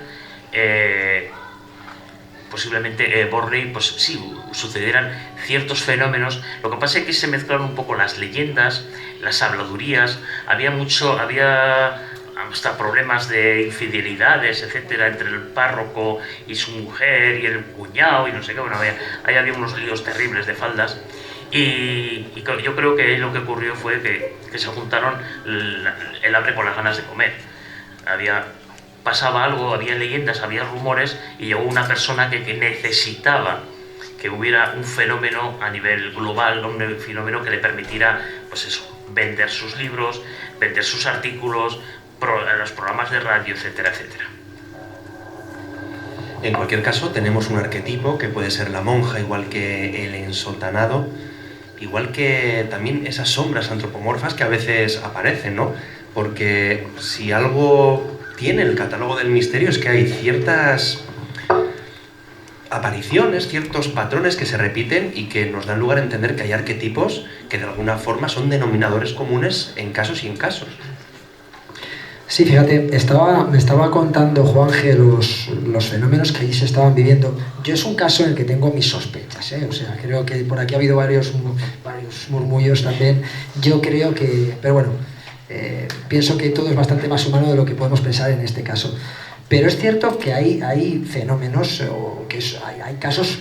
De hecho, me estaba viniendo a la memoria, estaba mientras tanto apuntando para contaros que tenemos en España, por ejemplo, en Galicia. Por aquí sé que hay amigos de Galicia que han venido a vernos, y tenemos el primer caso documentado poltergeist en España, precisamente en Ponteceso, en el año 1899, en un pequeño pueblo de Galicia. Y muchos de los fenómenos que allí se vivían eran también realmente dramáticos. Podían parecerse mucho a lo que nos estaba contando Juanje, pero es que podemos ir más allá. Ahí en Ponteceso, con varios testigos, había agresiones a la propietaria de la casa, que es algo que también a veces vemos que se repite. Incluso aportes. Antes Juanje hablaba también de la aparición de objetos. En Ponteceso pasaba lo mismo. De la nada aparecían una docena de patatas que ya no solo caían al suelo, sino que se atrevían a ponerse en fila una sobre otra ante los ojos de la abuela que vivía en la casa, la nieta, el farmacéutico o el párroco. Es verdad que son fenómenos que, bueno, son arquetípicos, que se repiten y que no por eso dejan de ser sorprendentes igualmente. Y más, imagino, ver eso tiene que ser impresionante. Lo que pasa es que yo siempre digo hay que rascar mucho. Ayer hablaba con la amiga Magdalena, que estaba por ahí, que antes he hablado, y todo esto, cuando haces una investigación honesta, y esto es muy importante, porque a veces el término honestidad se deja muy de lado cuando a la investigación se une la divulgación. Cuando somos honestos y hacemos una investigación de verdad seria, casi siempre encuentras, mi amigo Juanje está también cabeceando, firmando, encuentras que detrás de todo esto está la mano humana y hay fenómenos y hay explicaciones mucho más razonables. Yo siempre he dicho que antes de ser podcaster, locutor, divulgador o lo que sea que haga aquí en la Posada del Cuervo, Antes que todo eso, soy consumidor de podcast. A mí me encanta ponerme los auriculares, un buen podcast de misterio, irme a la cama escuchando diferentes episodios. Me gusta llevarme los podcasts al trabajo, a los viajes. Y hay un podcast del que soy fan desde hace ya unos cuantos años, pues quizás por muchas cosas, ¿no? Por la originalidad de sus temas, por el sentido crítico que tiene cuando hay que ser críticos. Si hay misterio lo hay y si no, no. Por eso puedo decir con total honestidad que es un placer poder presentar al equipo de Misterios en Viernes. Por favor, un fuerte aplauso para Seila Gutiérrez y Miguel Ángel Milares.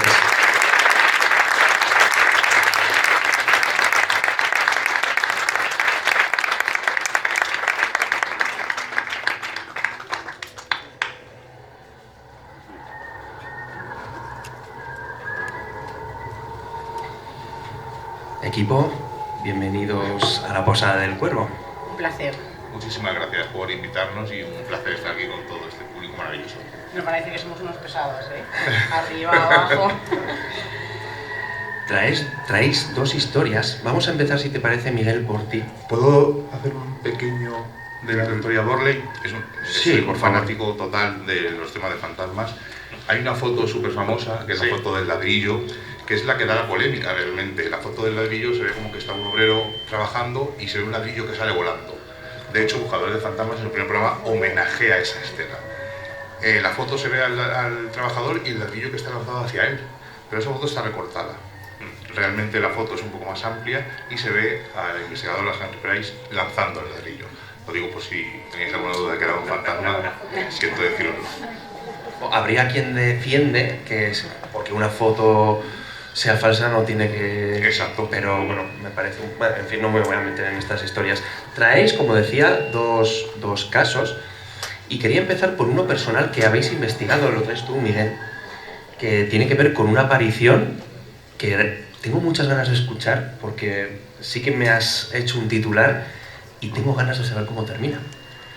Bueno, nosotros aparte del programa de Misterios en Viernes tenemos un grupo de experimentación, alguno habéis visto lo que hacemos hace un ratito allá arriba en Torreón y llevamos 20 años, somos muy críticos y nos gusta no darle facilidades al fenómeno paranormal, somos exigentes con el fenómeno paranormal. Y de la casualidad de que una compañera de trabajo, que aparte era la que cuidaba a nuestro pequeño, nos dice que en su casa, o en casa de su tía, en su pueblo, en Cañaveruelas, en Cuenca, el fantasma de su tía, que ha fallecido hace tiempo, se sienta en la cama y deja la marca del culo al sentarse. Mi reacción cuando me lo cuenta es, vamos ahora mismo. Buscamos el hueco y nos desplazamos un sábado por la noche a esta casa en Cañaveruelas. Cuando llegamos a la casa, es una casa muy grande, de 3 plantas, está cerrada, no está abandonada, pero está cerrada porque la tía ya no vive allí, los familiares viven en otros pueblos, viven en el norte y vienen de vez en cuando al pueblo a dormir allí en esa casa. Y lo curioso es que no tiene electricidad, no tiene luz, porque claro, al vivir nadie allí, ¿para qué estar pagando la luz? Y cuando vamos a entrar, vamos con la madre de esta compañera nuestra, con su novio, con ella, Seila, Rubén y yo, y cuando vamos a entrar nos dice la madre y esta chica que ellas no entran, que les da miedo y que no entran. Y nosotros decimos, bueno, acompañarnos a alguien para ver cuál es esa habitación, para poder ver la marca del fantasma. El novio dice que sí, no tiene ningún problema, y entramos en la casa, es una casa de 3 plantas, muy grande, son como 2 casas juntas en una, empezamos a recorrer la casa, todo esto a oscuras, y llegamos a la famosa habitación donde supuestamente se sienta la tía de nuestra amiga. Entramos y al ver la cama vemos realmente que está marca de que alguien se ha sentado. Bueno, pues nosotros lo que hacemos es hacer la cama, estiramos la cama, hacemos un par de vídeos, un par de fotos y nos vamos. Vamos a recorrer el resto de la casa a ver si damos tiempo a esa entidad o a esa energía o lo que sea, a ver si se puede sentar en la cama. Volvemos a los 20 minutos más o menos y ¿qué os imagináis que ocurrió? Que estaba el culo. Exactamente. Se había vuelto a meter la marca del culo de la tía, digamos. Algo se escapaba. O sea, ellas no podían entrar porque lo tenía yo localizado, no sabía dónde estaban, el novio no se había separado en ningún momento, que era la única persona que me podía engañar, y tanto Seila como Rubén y yo, pues no tengo toda confianza. Algo se me escapa, algo se me está escapando, no sé lo que es. Sí, vuelvo a hacer un vídeo, vuelvo a grabar y se me ocurre deshacer la cama completamente. Le doy la vuelta a la cama, al colchón, hago la cama, la estiro completamente y nos volvemos a ir. Al irnos, volvemos a bajar a otra habitación, grabamos un par de audios, seguimos experimentando y volvemos sobre el cuarto de hora, 20 minutos. ¿Y qué pensáis que ocurrió cuando entramos esta segunda vez? Pues en este caso no había marca del culo. Algo físico producía esa marca. Deshago de nuevo la cama, vuelvo a mirar y en la bajera del colchón había una arruga. Esa arruga, cuando tú estirabas la cama, se quedaba plana, pero cuando la sábana ya cogía su forma, pues cogía la forma de la bajera, que como si alguien se sentara. Por lo tanto, era una explicación lógica.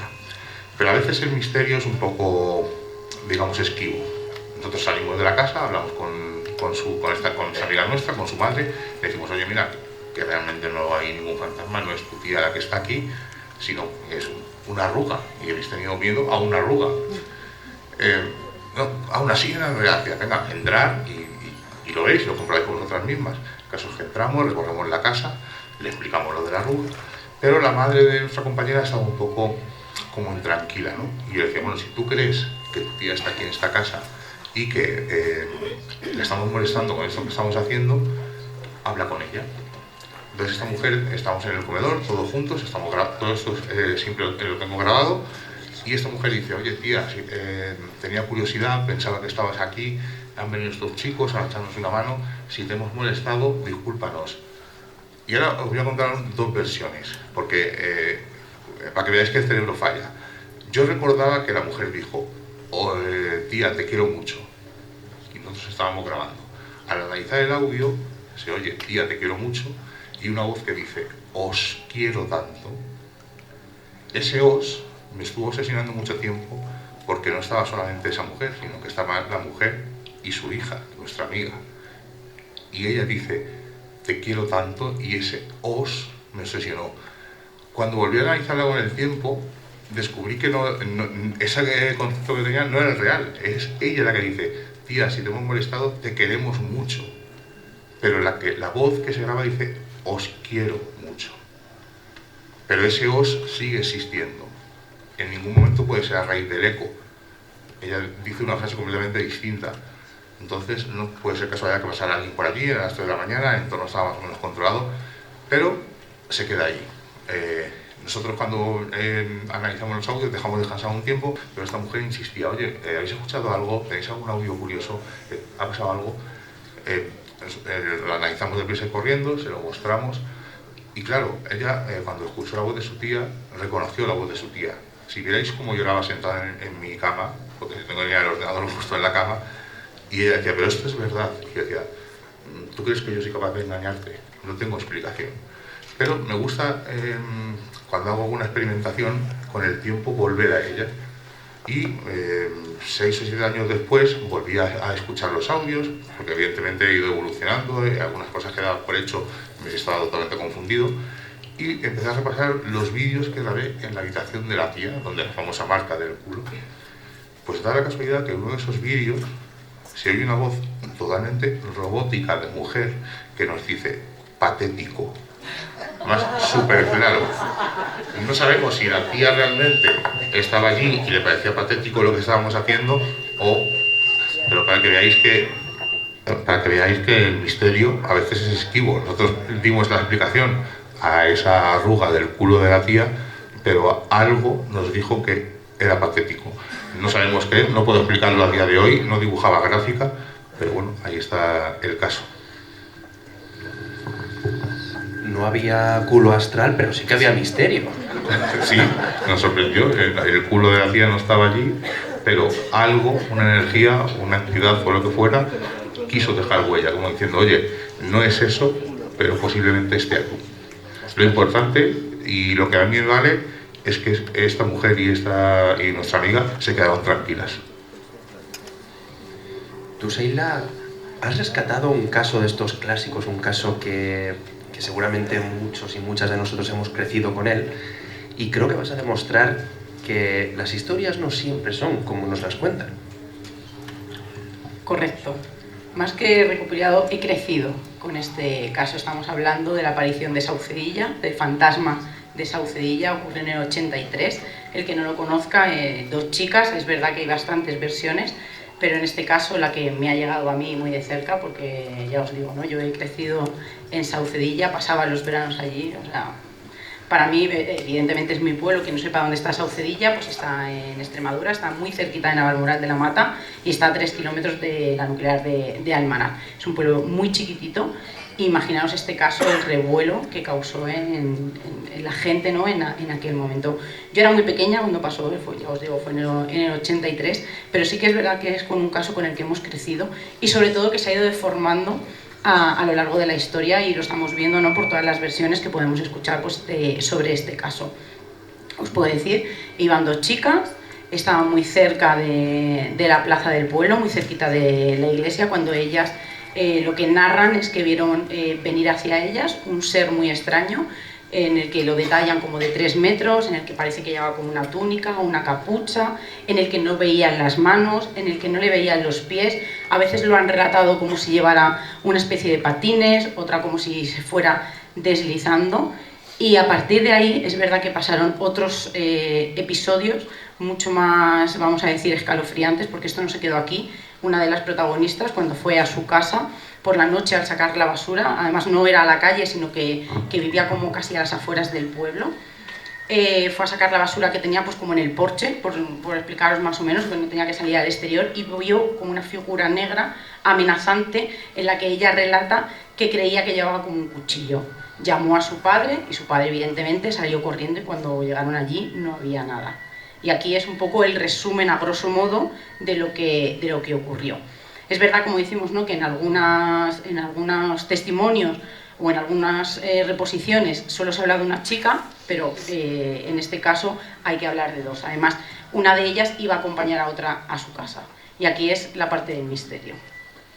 Y digo que lo hablo, ¿no? Un poco, ¿no? O no lo voy a desmentir, porque a lo mejor sí que podríamos hablar de otras cosas que han ocurrido en el pueblo que tendrían que ver o que se pueden asemejar a fenómenos anómalos, pero en este caso creo que tengo un poco la palabra, porque una de esas chicas era familia mía, no de sangre, pero sí, ¿no? de unión. Se llama María del Mar Mariscal.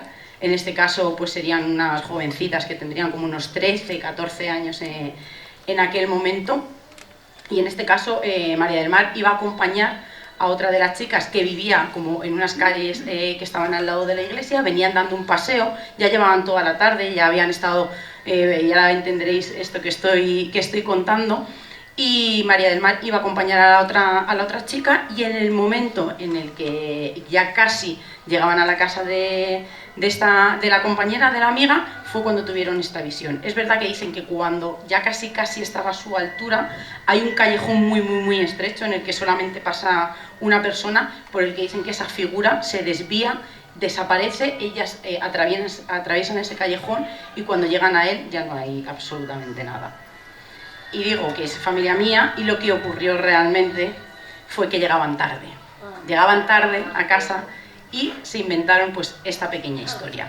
Y digo que había empezado mucho antes porque por la tarde habían estado en una de las torretas, la numerada, creo que es la número 3, está muy a las afueras del pueblo, puede estar como a 3 kilómetros, y ya ahí empezó la sugestión, porque ahí ellas cuentan que vieron un señor que creían que era vieron algo que pensaron que era un fantasma, incluso casi salieron corriendo. Luego la gente del pueblo pudo constatar que se trataba de un pescador pues, que se llevaba el típico mono hasta arriba. Además ahí hay unos canales, hay un embalse, incluso nosotras nos poníamos en ese embalse a coger cangrejos con el cubo, y el hombre estaba pescando, y a ellas pues les entró pánico de ver aquella figura. Me imagino que el mono pues sería, o el traje que lleva, pues un verde oscuro, y ellas en aquel momento ya salieron casi corriendo. O sea, os digo que ya la sugestión venía desde por la tarde. Es un caso que he estado recopilando hasta hace muy poquito, creo que ¿cuánto hace? El día... hace un mes. No llega al mes. Estuvimos otra vez en el pueblo, estaba hablando con gente de mi edad, con gente más mayor, a ver qué recordaban ellos, y todos están de acuerdo en la escena de la torreta, que yo era además un dato que no recordaba. Ha sido ahora, y dije, es verdad que parece que todo comenzó como por la tarde. También es verdad que yo creo en este caso que las niñas inventaron esta historia. Su papá era guardia civil, estamos hablando del 83, ¿no? Sería un hombre recto y ¿no? con una disciplina muy estricta. Y a María del Mar le pasaba lo mismo, ¿no? Su padre era como muy estricto y llegar tarde para aquella familia, porque yo lo he vivido en mis carnes, ¿no? Pues era castigo, pero castigo a lo mejor de no salir en un mes, realizar tareas que no querían realizar, incluso, ¿no? El tirar toda la basura, pues como decimos, ¿no? Durante 2 meses.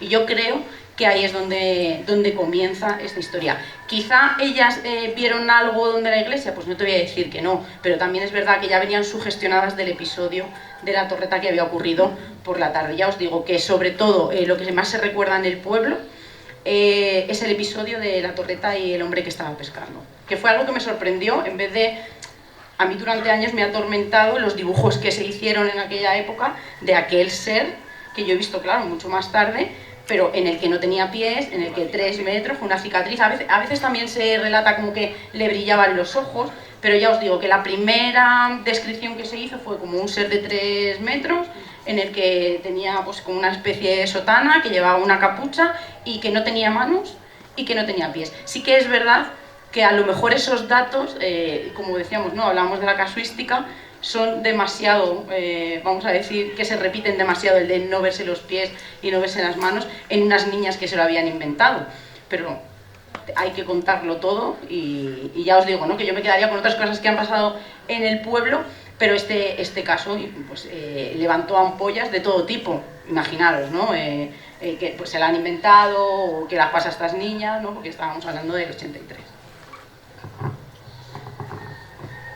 Este caso yo creo que invita a hacer una reflexión y es a saber cuántas historias nos han llegado, incluso se han hecho películas sin una base real, ¿no? Porque si no rascas y no escarbas, pues es posible que luego tenga una explicación, y cuanto más se divulga a favor del misterio, pues seguramente más grande, ¿no? Se haga la historia a nivel paranormal. Yo os quiero hacer una pregunta porque hemos visto las dos caras de una moneda. Un caso que parecía que tenía explicación, que resulta que luego sí que hay algo difícil de explicar, y luego una historia que ha sido súper representativa de lo que es el fenómeno de los fantasmas y que luego pues sí que puede explicarse, ¿no? Entonces la pregunta que os quiero hacer es, ¿creéis que detrás de los casos que no se pueden explicar puede haber algún tipo de inteligencia? Opinión pura y dura, un apartado de conclusiones. En casos que no se pueden explicar, Sí. algún tipo, en muchos casos la inteligencia es humana, son casos provocados o por un error de percepción o por algo con malicia.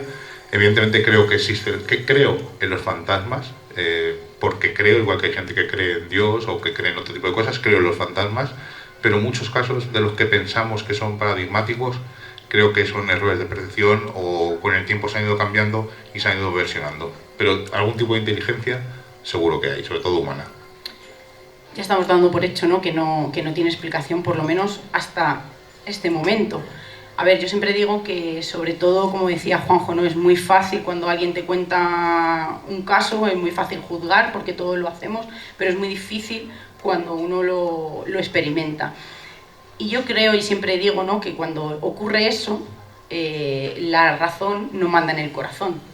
Y yo creo que sí que hay casos en los que esas apariciones o señales por lo menos se transforman en eso para que podamos captarlas de alguna manera. Que quizá en algún momento, ¿no? de la vida se vayan a poder explicar, y a lo mejor seguramente que tenga una explicación mucho más racional, científica o como queramos llamarla, ¿no? Como estáis hablando, ¿no? De otras teorías. Pero sí que es verdad que como decían esta mañana, ¿no? En las leyendas siempre hay que tirar porque lo bonito es encontrar el germen, porque siempre hay un desencadenante o siempre hay algo real. Y yo creo que cuando la gente cuenta que ha tenido apariciones, sobre todo de alguien muy cercano, no de un ser, por ejemplo, como el hombre del sombrero, o en este caso, ¿no? que parece, ¿no? como una aparición arquetípica, sí que es verdad que creo que debe de haber algo, ¿no? Volveríamos como a la teoría de la distorsión, por decir, no, pero algo que se refleja o que se transforma en algo en el que nosotros podamos captar esa señal. Pues me siento respondido. Muchísimas gracias, equipo de Misterios en Viernes. Un fuerte aplauso. Gracias a vosotros.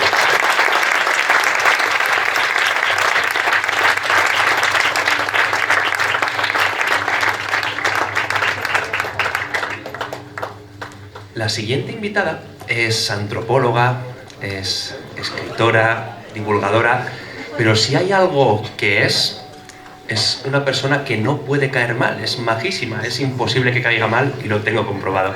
Por favor, un fuerte aplauso para Mercedes Pullman.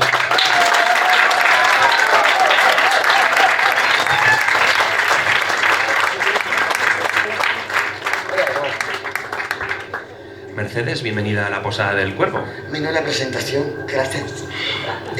Me siento afortunada. Eres majísima. Tengo mucha curiosidad por el caso que vas a contar, porque Sí, llevamos un tiempo hablando sobre qué ibas a contar y que haya un elemento como una fuente hablando de apariciones, me parece, no sé, hay que escucharlo, estoy en ascuas. sí, voy a hablar un caso que he bebido, la verdad es que fue divertido. Hay la Fuente Grande de Ocaña. Es una construcción, no sé, colosal en un pueblo pequeño que no tiene ningún sentido que hay ahí. Además, le atribuyen la construcción a Juan de Herrera, que construyó el Escorial. Entonces ahí, este pueblo se podía abastecer con una bomba pequeña, podía abastecer este pueblo pequeño. Y de repente se construye casi un palacio, una plaza enorme y muy solemne. Pero lo curioso no es esto, porque debajo de ello, o sea, cuando bajas a la Fuente Grande de Ocaña, hay pasadizos llenos de agua. Le llamaban canat, es como la ruta del agua. Entonces tú vas por los pasillos, van canalillos de agua y después hay unos habitáculos con una especie de como piscinas. O sea, yo como antropólogo he dicho, esto es un camino de iniciación.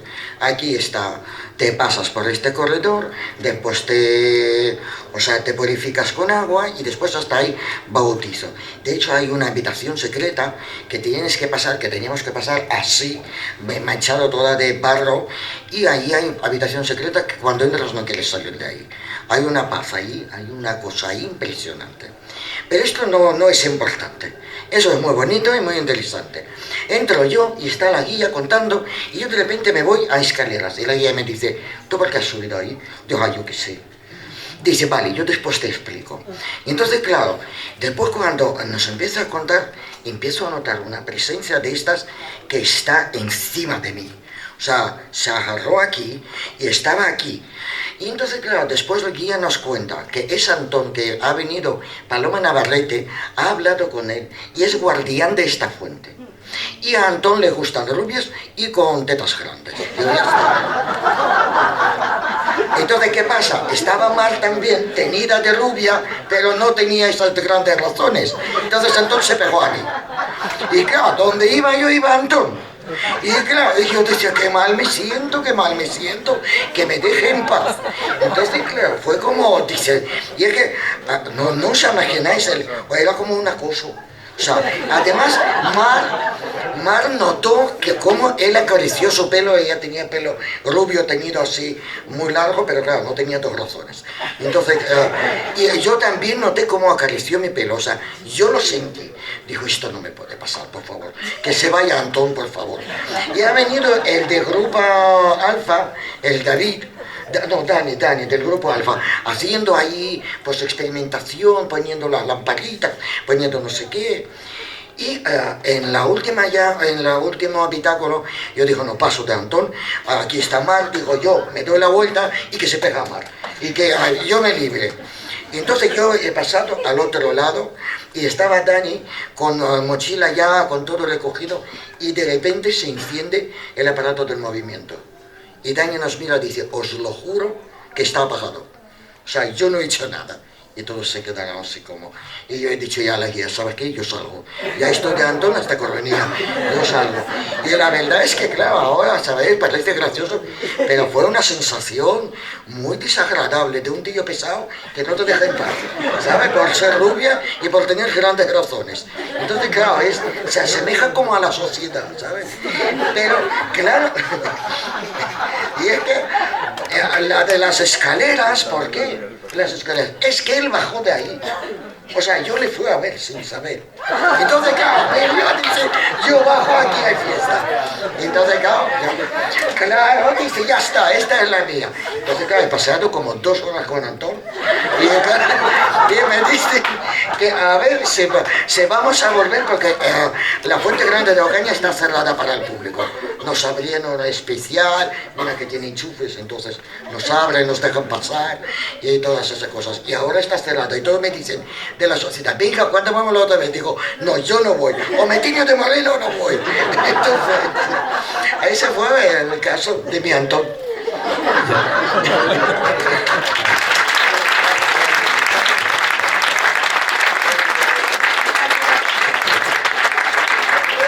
Tengo una pregunta. Sí. No sé si es algo que has reflexionado o no. No me das si quieres preguntar. Yo lo que no entiendo es cómo, Antón, lo que te toca es el pelo. Cuidado, es que no solo me tocó el pelo, es que me atravesaba a través de la espalda. Es que yo he tenido a Antón encima de mí. O sea, ¿tú sabes lo que es tener a Antón aquí? Todo. Oh.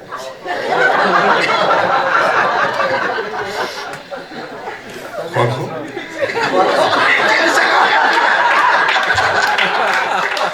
Juanjo es moreno y no tiene tetas grandes. Cuando quieras vamos. No, pero fíjate, se me ocurre algo interesante, es cierto.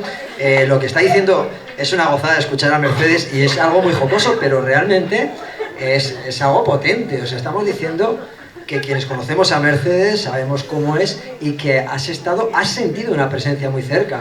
Sí. O sea, tan muy cerca, cerca, no te imaginas cómo. ¿Llegaste a notar frío, por ejemplo? O alguna...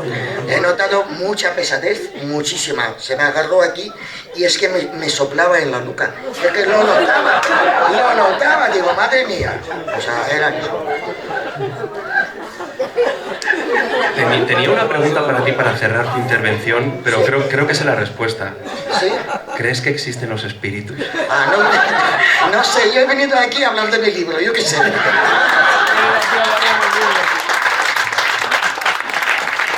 Un fuerte aplauso para Mercedes.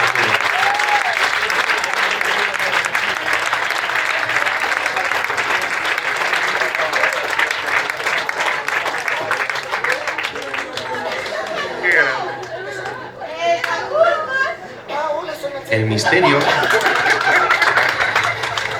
misterio puede abordarse desde la psicología, desde la antropología, desde la sociología, pero a la hora de abordarlo desde el periodismo, desde el más puro periodismo, no hay nadie como el invitado de ahora. Quiero que recibáis con un fuerte aplauso a David Cuevas.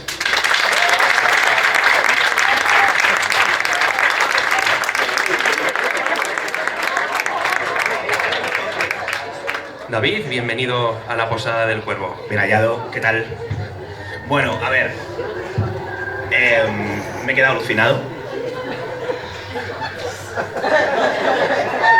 Es que a partir de ahora todo va a ir en declive, no puede...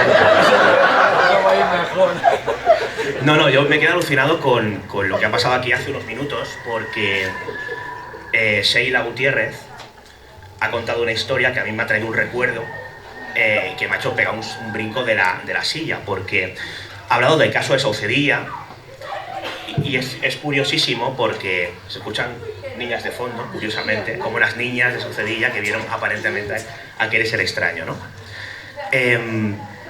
Hace pues aproximadamente 10 años yo coincidí en ambientes que no tienen nada que ver con el misterio con una persona, una chica llamada Miriam, que hablando de estos temas, porque sabía que me molaban y demás, y dice, bueno, tú habrás conocido la historia esta de Saucedilla y todo. Digo, sí, claro, es un clásico. Y dice, buah, si yo te contara esa historia, pero cuéntame, mi madre es de ahí, es del pueblo. Ah, sí, dice, sí. Y lo que mi madre me ha dicho siempre es que las niñas protagonistas llegaban tarde a casa, sus padres eran muy estrictos, y para no ganarse una nueva bronca que ya a parecer se habían ganado por llegar tarde previamente, se inventaron toda la historia del fantasma. Es lo que me cuenta esta chica, que es hija de una persona de Saucedilla que conocía a las chicas de Saucedilla. Luego intenté hablar con la madre, yo creo que pensando que quizá, bueno, obviamente con su permiso lo habría hecho, iba a publicar la historia y obviamente a desmentir algo que es un clásico y dejar a estas chicas como, al fin y al cabo, como lo que fueron, aparentemente, que es posiblemente unas mentirosas, pues no me lo contó finalmente, ¿no? Claro, de repente damos un salto temporal y llegan aquí Miguel Ángel y Sheila cuenta esto, imagínate, ostras, es que es exactamente lo mismo que me cuenta una persona, una hija de una mujer de Saucedilla, conocedora de la historia, que, visto lo visto, parece ser que en el pueblo, al menos en lo que respecta a las chicas que eran de esa edad, no deja de ser una especie de vox populi. Así que, bueno, a mí me ha parecido cuando menos curioso. Y para Masinri hablaba de, precisamente, lo que tiene que ver con el inconsciente colectivo y de casos clásicos que tienen que ver con el hombre de sombrero. Antes estábamos hablando un poco de patrones que se repetían, y este patrón que estás tú diciendo, unos niños que tienen que buscar una excusa para evitar un castigo o una reprimenda, se repite muchísimo. O sea, tenemos apariciones marianas que, si rascamos, encontramos niñas que habían hecho una pifia. Encontramos apariciones que no son tal y cuando rascas. Es decir, con esto quiero hacer ver que es que detrás de muchos de estos fenómenos generalmente se encuentra lo que antes estábamos incidiendo, y Miguel y Sheila lo decían muy bien, la mano humana, y factores muy normales y muy lógicos. Una mentira que se nos está yendo de la mano.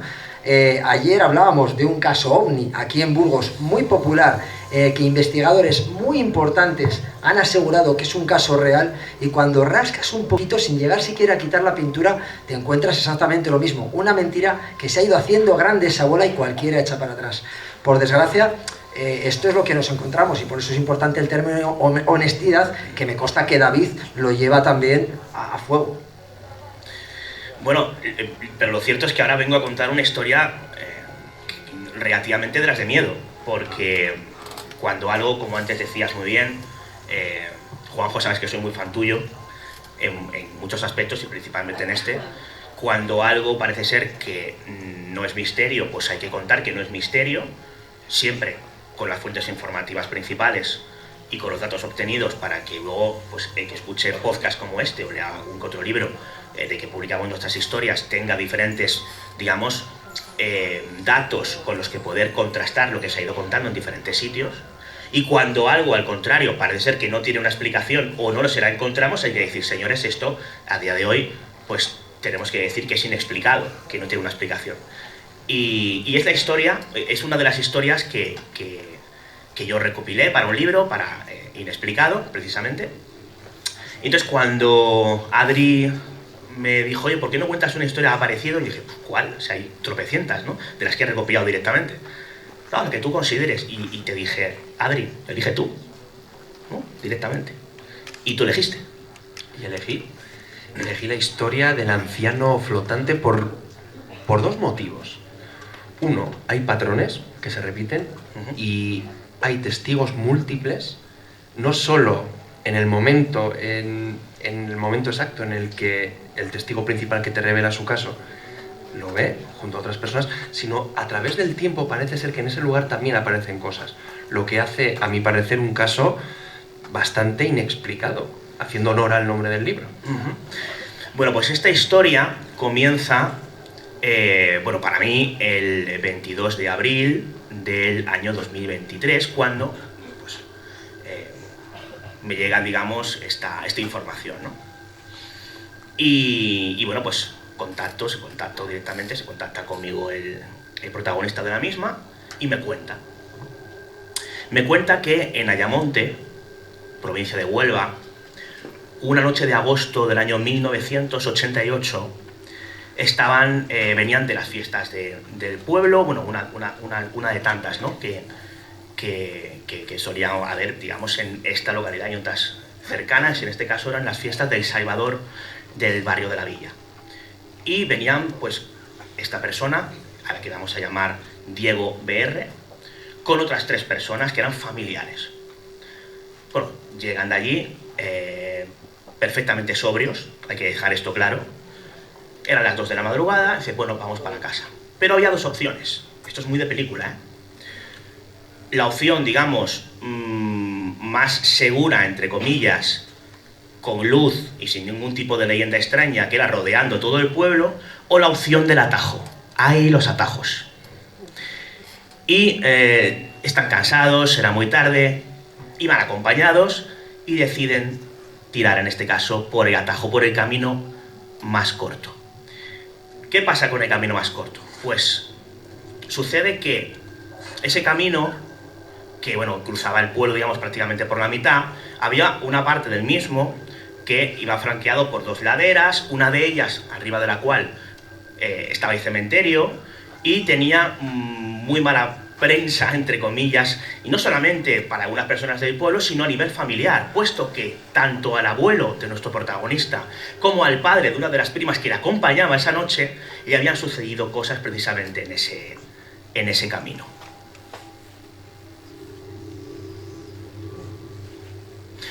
Bueno, curiosamente, hacen el camino los 4 tranquilamente, bueno, no pasa nada, uno de ellos se pone a hacer bromitas, para destensar un poco el ambiente, que iba adelante. Este protagonista iba con otras 2 personas agarradas cada uno a su vera, en plan, bueno, vamos a aligerar el paso por lo que pueda pasar. Y este chico iba mirando constantemente a un lado y a otro, a un lado y a otro. No veía nada raro, todo bien, sigue avanzando, llegan aproximadamente a mitad del camino, sigue mirando a un lado y a otro, y justamente cuando llega a la altura de la zona escarpada que da el cementerio, se percata de que algo pasa y ve a un señor, es como yo describe, un anciano con un sombrero grande, una capa y un bastón, que está bajando la ladera hacia donde ellos se encuentran, pero no la está bajando, digamos, de una forma normal. De hecho, estaba tan escarpada que no tenía mucho sentido, sino que se deslizaba aparentemente por ese camino. Claro, piensa, bueno, mal rollete, porque él mira para adelante, mira al lado, vuelve a mirar a ver si es algún reflejo y sigue viendo como ese anciano sigue bajando la ladera.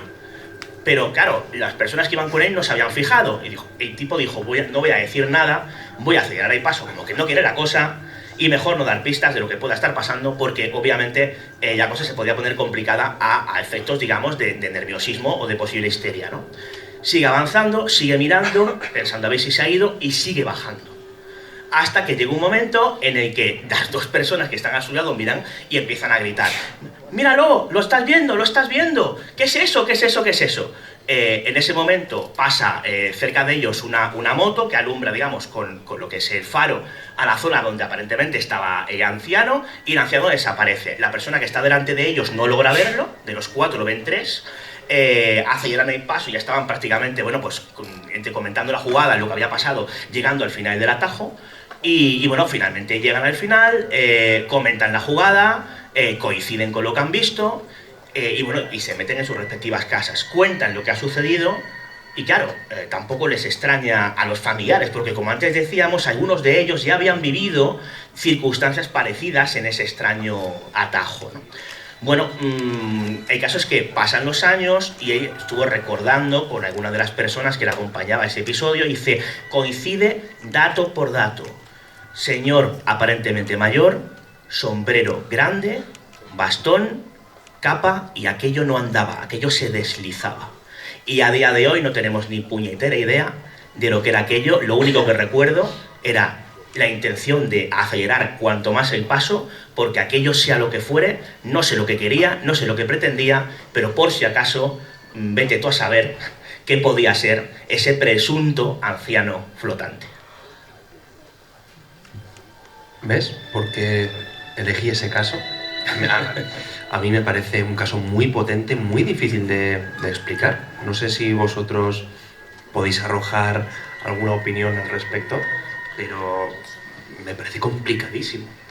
A mí me parece, pues eso, como dices, ¿no? Muy, muy complicado, porque estás juntando, pues bueno, esa figura, además que es como el sombrero, la capa, el bastón, o sea, una serie de elementos que no es una figura arquetípica, o sea, es que tiene muchos elementos como que, no sé, lo hacen mucho más forteano, mucho más extraño todavía. Que además es que son varios testigos lo que lo ven. Claro, si llegase una persona, oye, yo qué sé, obviamente un reflejo, la sugestión también podía estar ahí por tratar de buscar explicaciones, ¿no? Pero claro, es que lo ven 2 personas más. Y es que coinciden en los datos exactos, ¿no? Y aquello, es que decían que no andaba, aquello flotaba, lo tenían a cierta distancia, pero lo pudieron ver con bastante nitidez, ¿no? Desaparece de repente, ¿no? Cuando se ilumina esa zona. ¿Qué ha pasado con eso? Sea lo que sea, ya no está. ¿Por qué está andando, bueno, o deslizándose por algo escarpado? Bueno, deslizándose ya de por sí es raro, pero es que aquello dices que no es para andar, y menos a esas horas por allí, o sea... luego tenemos esta aureola, ¿no? Haciendo un pequeño guiño a Magdalena con el cementerio, vuelve el cementerio. Qué casualidad que la leyenda negra de cuidado con el cementerio, y eso aparece precisamente a la altura del cementerio. Está lleno de arquetipos, obviamente, podemos tratar de buscar algún tipo de explicación racional que puede ir en la línea de lo que he ido comentando antes, pero hombre, así a bote pronto y siempre ateniéndome a lo que me cuenta el testigo, ojo, porque obviamente yo ni estaba allí con ellos, ni tengo ninguna prueba de lo que dicen, pero ateniéndome a lo que nos cuenta el testigo, a mí me parece algo a priori un tanto difícil de explicar. Estoy completamente de acuerdo. Antes de cerrar tu participación, te quiero hacer una pregunta a modo de conclusiones. Teniendo como referencia casos como los que acabas de compartir, ¿no? Tan difíciles de explicar, ahí va la pregunta. ¿Tú crees que detrás de los casos inexplicados de apariciones podría haber inteligencias no humanas? Con no humanas me imagino incluso a no humanas vivas.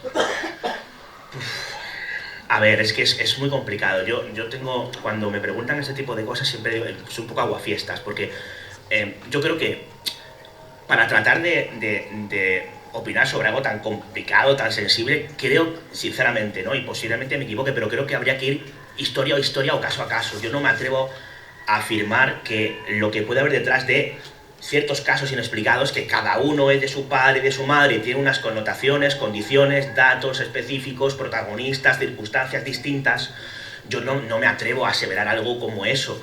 Yo tengo la mente abierta y estoy convencido de que la mayoría de los casos inexplicados que yo he recopilado directamente, hablando directamente con sus protagonistas, y que no tienen una explicación, yo estoy abierto a la posibilidad de que la explicación pueda tener que ver con algún tipo de entidad no humana.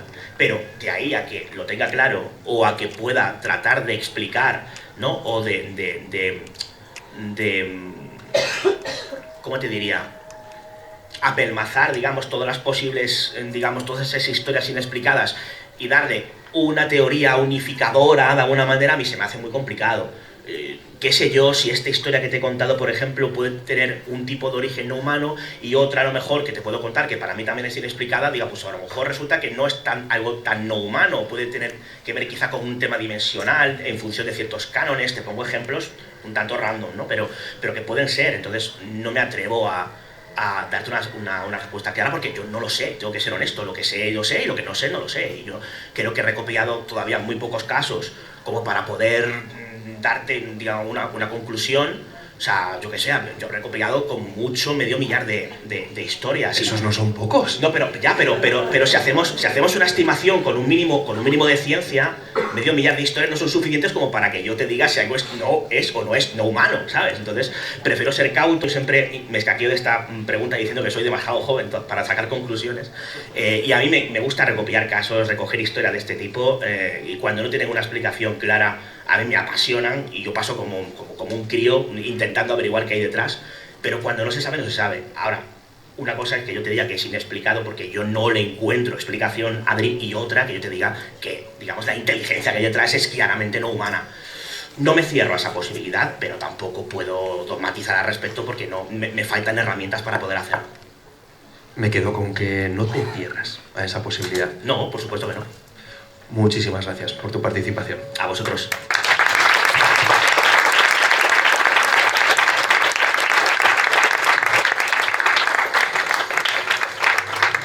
La estela etérea de las entidades extrañas nos ha traído hasta aquí, hasta el epílogo de este programa. Y como siempre nos gusta hacer en la Posada del Cuervo, me gustaría cerrar el programa con un apartado de conclusiones. Y quiero que os mojéis. La Radi, empiezas tú. Hemos escuchado algunos casos inexplicados, otros explicados, pero que de alguna forma también han tenido un componente aparentemente sobrenatural. ¿Tú crees que puede estar lo sobrenatural detrás de algunas apariciones? Defíneme sobrenatural. Inteligencias no humanas. Posiblemente, pero como bien dice David, ¿no? Es imposible coger y decir que todos los casos tienen una única explicación. Cada caso es diferente, o sea, lo mismo que en el tema ufológico, que es mi fuerte, ¿no? Cada caso es diferente, puede tener diferentes explicaciones.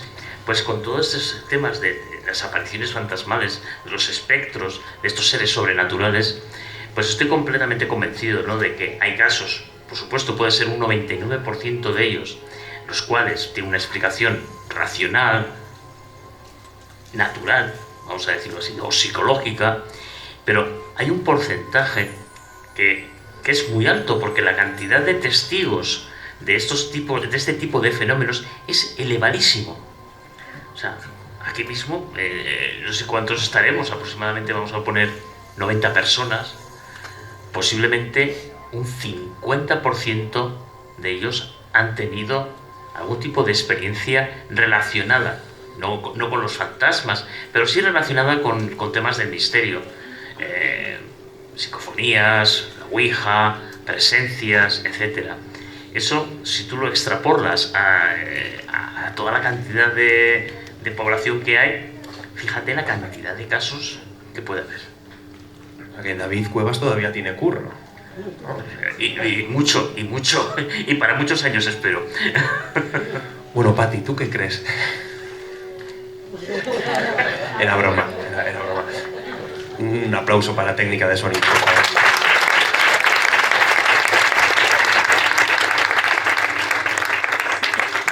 JJ López, ¿crees que puede haber algo sobrenatural detrás de las apariciones?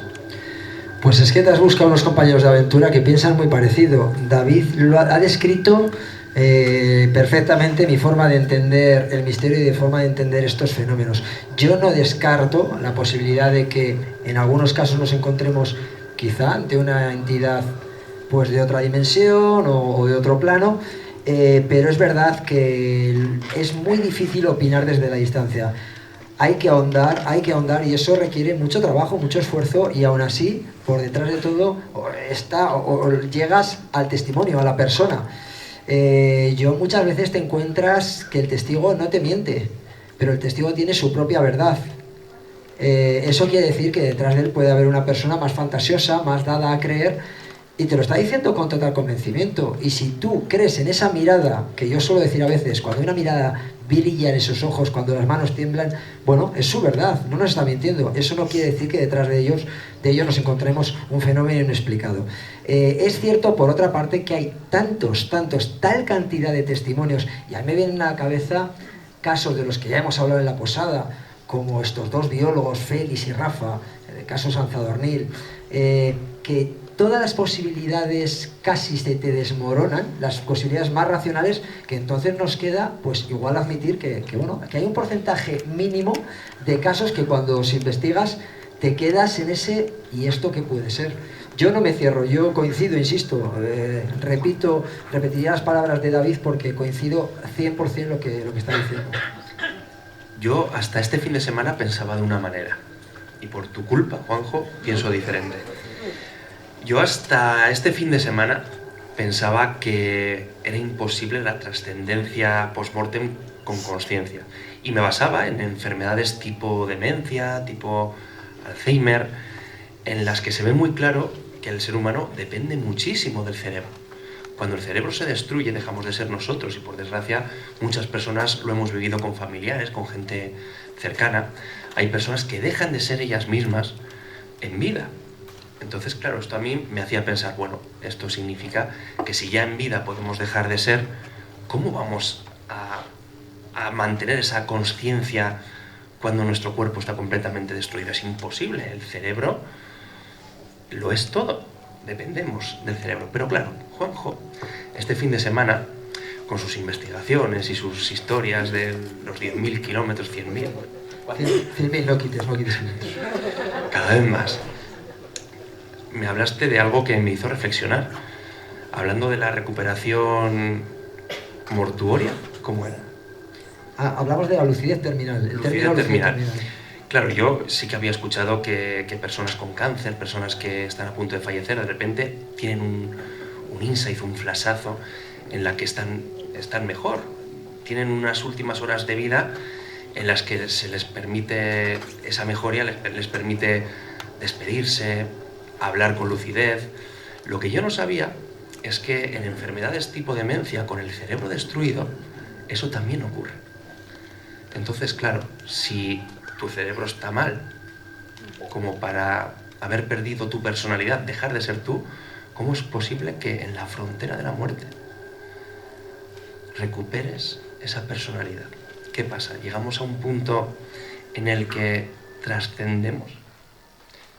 Claro, claro, es lo que muchas veces hemos hablado. Tú defendías precisamente lo contrario, como bien has explicado, pero la propia ciencia, los propios científicos, a partir de los años 80, que empiezan a encontrarse en esas unidades de paliativos que se repiten, en las que se repiten episodios como los que estás diciendo, de lucidez terminal, se quedan desconcertados. Y ese ejemplo que has puesto es un ejemplo real. Personas con un Alzheimer muy acrecentado, muy agravado ya, que en los últimos años eran incapaces de reconocer, de hablar incluso, y durante unos minutos, incluso media hora, parece que han vuelto 40 años atrás. Esto a la ciencia le descoloca, porque evidentemente tiene que haber unas conexiones dañadas y de forma irrecuperable. Es como un ciego que tiene lesionado el nervio óptico y de repente, imaginaos que empieza a ver. La ciencia esto no lo puede explicar. No puede explicar ciertos episodios, por ejemplo, de las experiencias cercanas a la muerte. Hay que ser honestos. Yo también pensaba, y pienso que en muchos casos podemos encontrar detrás de ello, pues no sé, liberación de endorfinas, de dopamina, de serotonina, de fármacos que están afectando a ese cerebro, pero no todo se puede explicar así. Yo he hablado con gente que te describe situaciones que es imposible físicamente que lo hayan llegado a visualizar, ni siquiera a oír. Y sin embargo han visto lo que ha pasado en todo su entorno, incluso a medio kilómetro a la redonda. Desde luego la ciencia está entrando en este tema, es algo bastante interesante, pero desde luego lo que podemos asegurar es que no conocemos todo, que no todo es tan sencillo, y por tanto esto nos abre la posibilidad a que efectivamente que haya un plano, que haya una conciencia que sobrevive a nosotros, que es exógena a nuestro cuerpo y, ¿por qué no?, va a poder pervivir a nuestros latidos de corazón cuando paren o a nuestro cerebro cuando deje de funcionar. ¿Por qué no? Y si es así, quizá lo haga en forma de fantasma, que es lo que estamos hablando. Por eso yo cambio mis conclusiones y creo que después de este fin de semana es posible que detrás de las apariciones exista lo sobrenatural. La Radi, ha sido un placer tenerte en la Posada del Cuervo. Eres el humanoide de esta posada y espero que nos visites en tu ovni muchas veces más. La verdad que ha sido un placer. Juanjo, ha sido un placer tenerte como siempre. Ojalá sigas trayéndonos historias, sigas participando en la posada y además creo que tienes ahí un pedazo de listado de agradecimientos que es que podríamos estar toda la noche agradeciendo que se haya hecho posible este directo y estos encuentros de Doña Urraca. Saca una lista enorme. Sí, efectivamente. Bueno, en primer lugar hay que agradecer a todos vosotros, todos los asistentes, todos los que habéis hecho cientos, miles de kilómetros para acompañarnos, de verdad. Insisto, insistiremos, muchísimas gracias. Agradecimientos a Millán, a Paloma, a todas las personas que han hecho posible que estemos aquí tan a gusto, haber pasado un día tan espectacular. Y bueno, evidentemente a todos los que han facilitado esta infraestructura, por ejemplo la Escuela Municipal de Música de aquí, de Covarrubias, el Café Chumi o el Ayuntamiento de Retuerta. Me estaban chivando antes por WhatsApp, por eso habrá gente que habrá dicho, no deja el teléfono. Es que Paloma, vamos a dejar que suba Paloma un ratito, que quería comentar, hacer alguna apreciación, algún comentario. Esto es como en el Sálvame, que de repente llega un WhatsApp y lo cambia todo. Yo estoy esperando que nos tiremos del pelo ahora.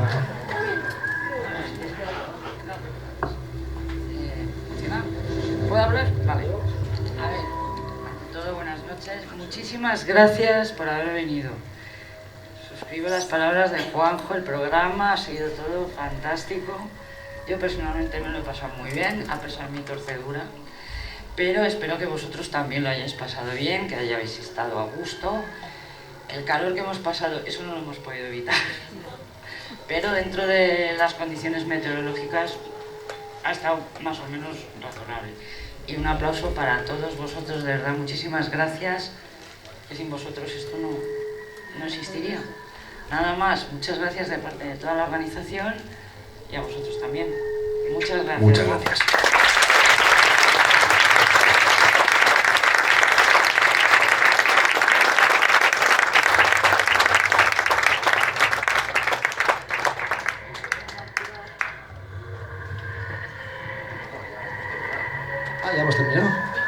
Yo, no sé, el ¿Ya ha chupito dejado era de para grabar, mañana. Pati? ¿Ha dejado de grabar? No, ay, adiós. No. Alguien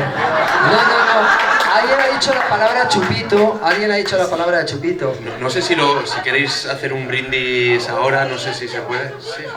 Claro, sangre de cuervo. Sangre de cuervo, claro, ese momento. Paloma, porfi. Paloma, tenemos vasitos de chupito, ¿verdad? Gracias. Pues que sepa la audiencia que vamos a cambiar el programa por un brindis masivo de sangre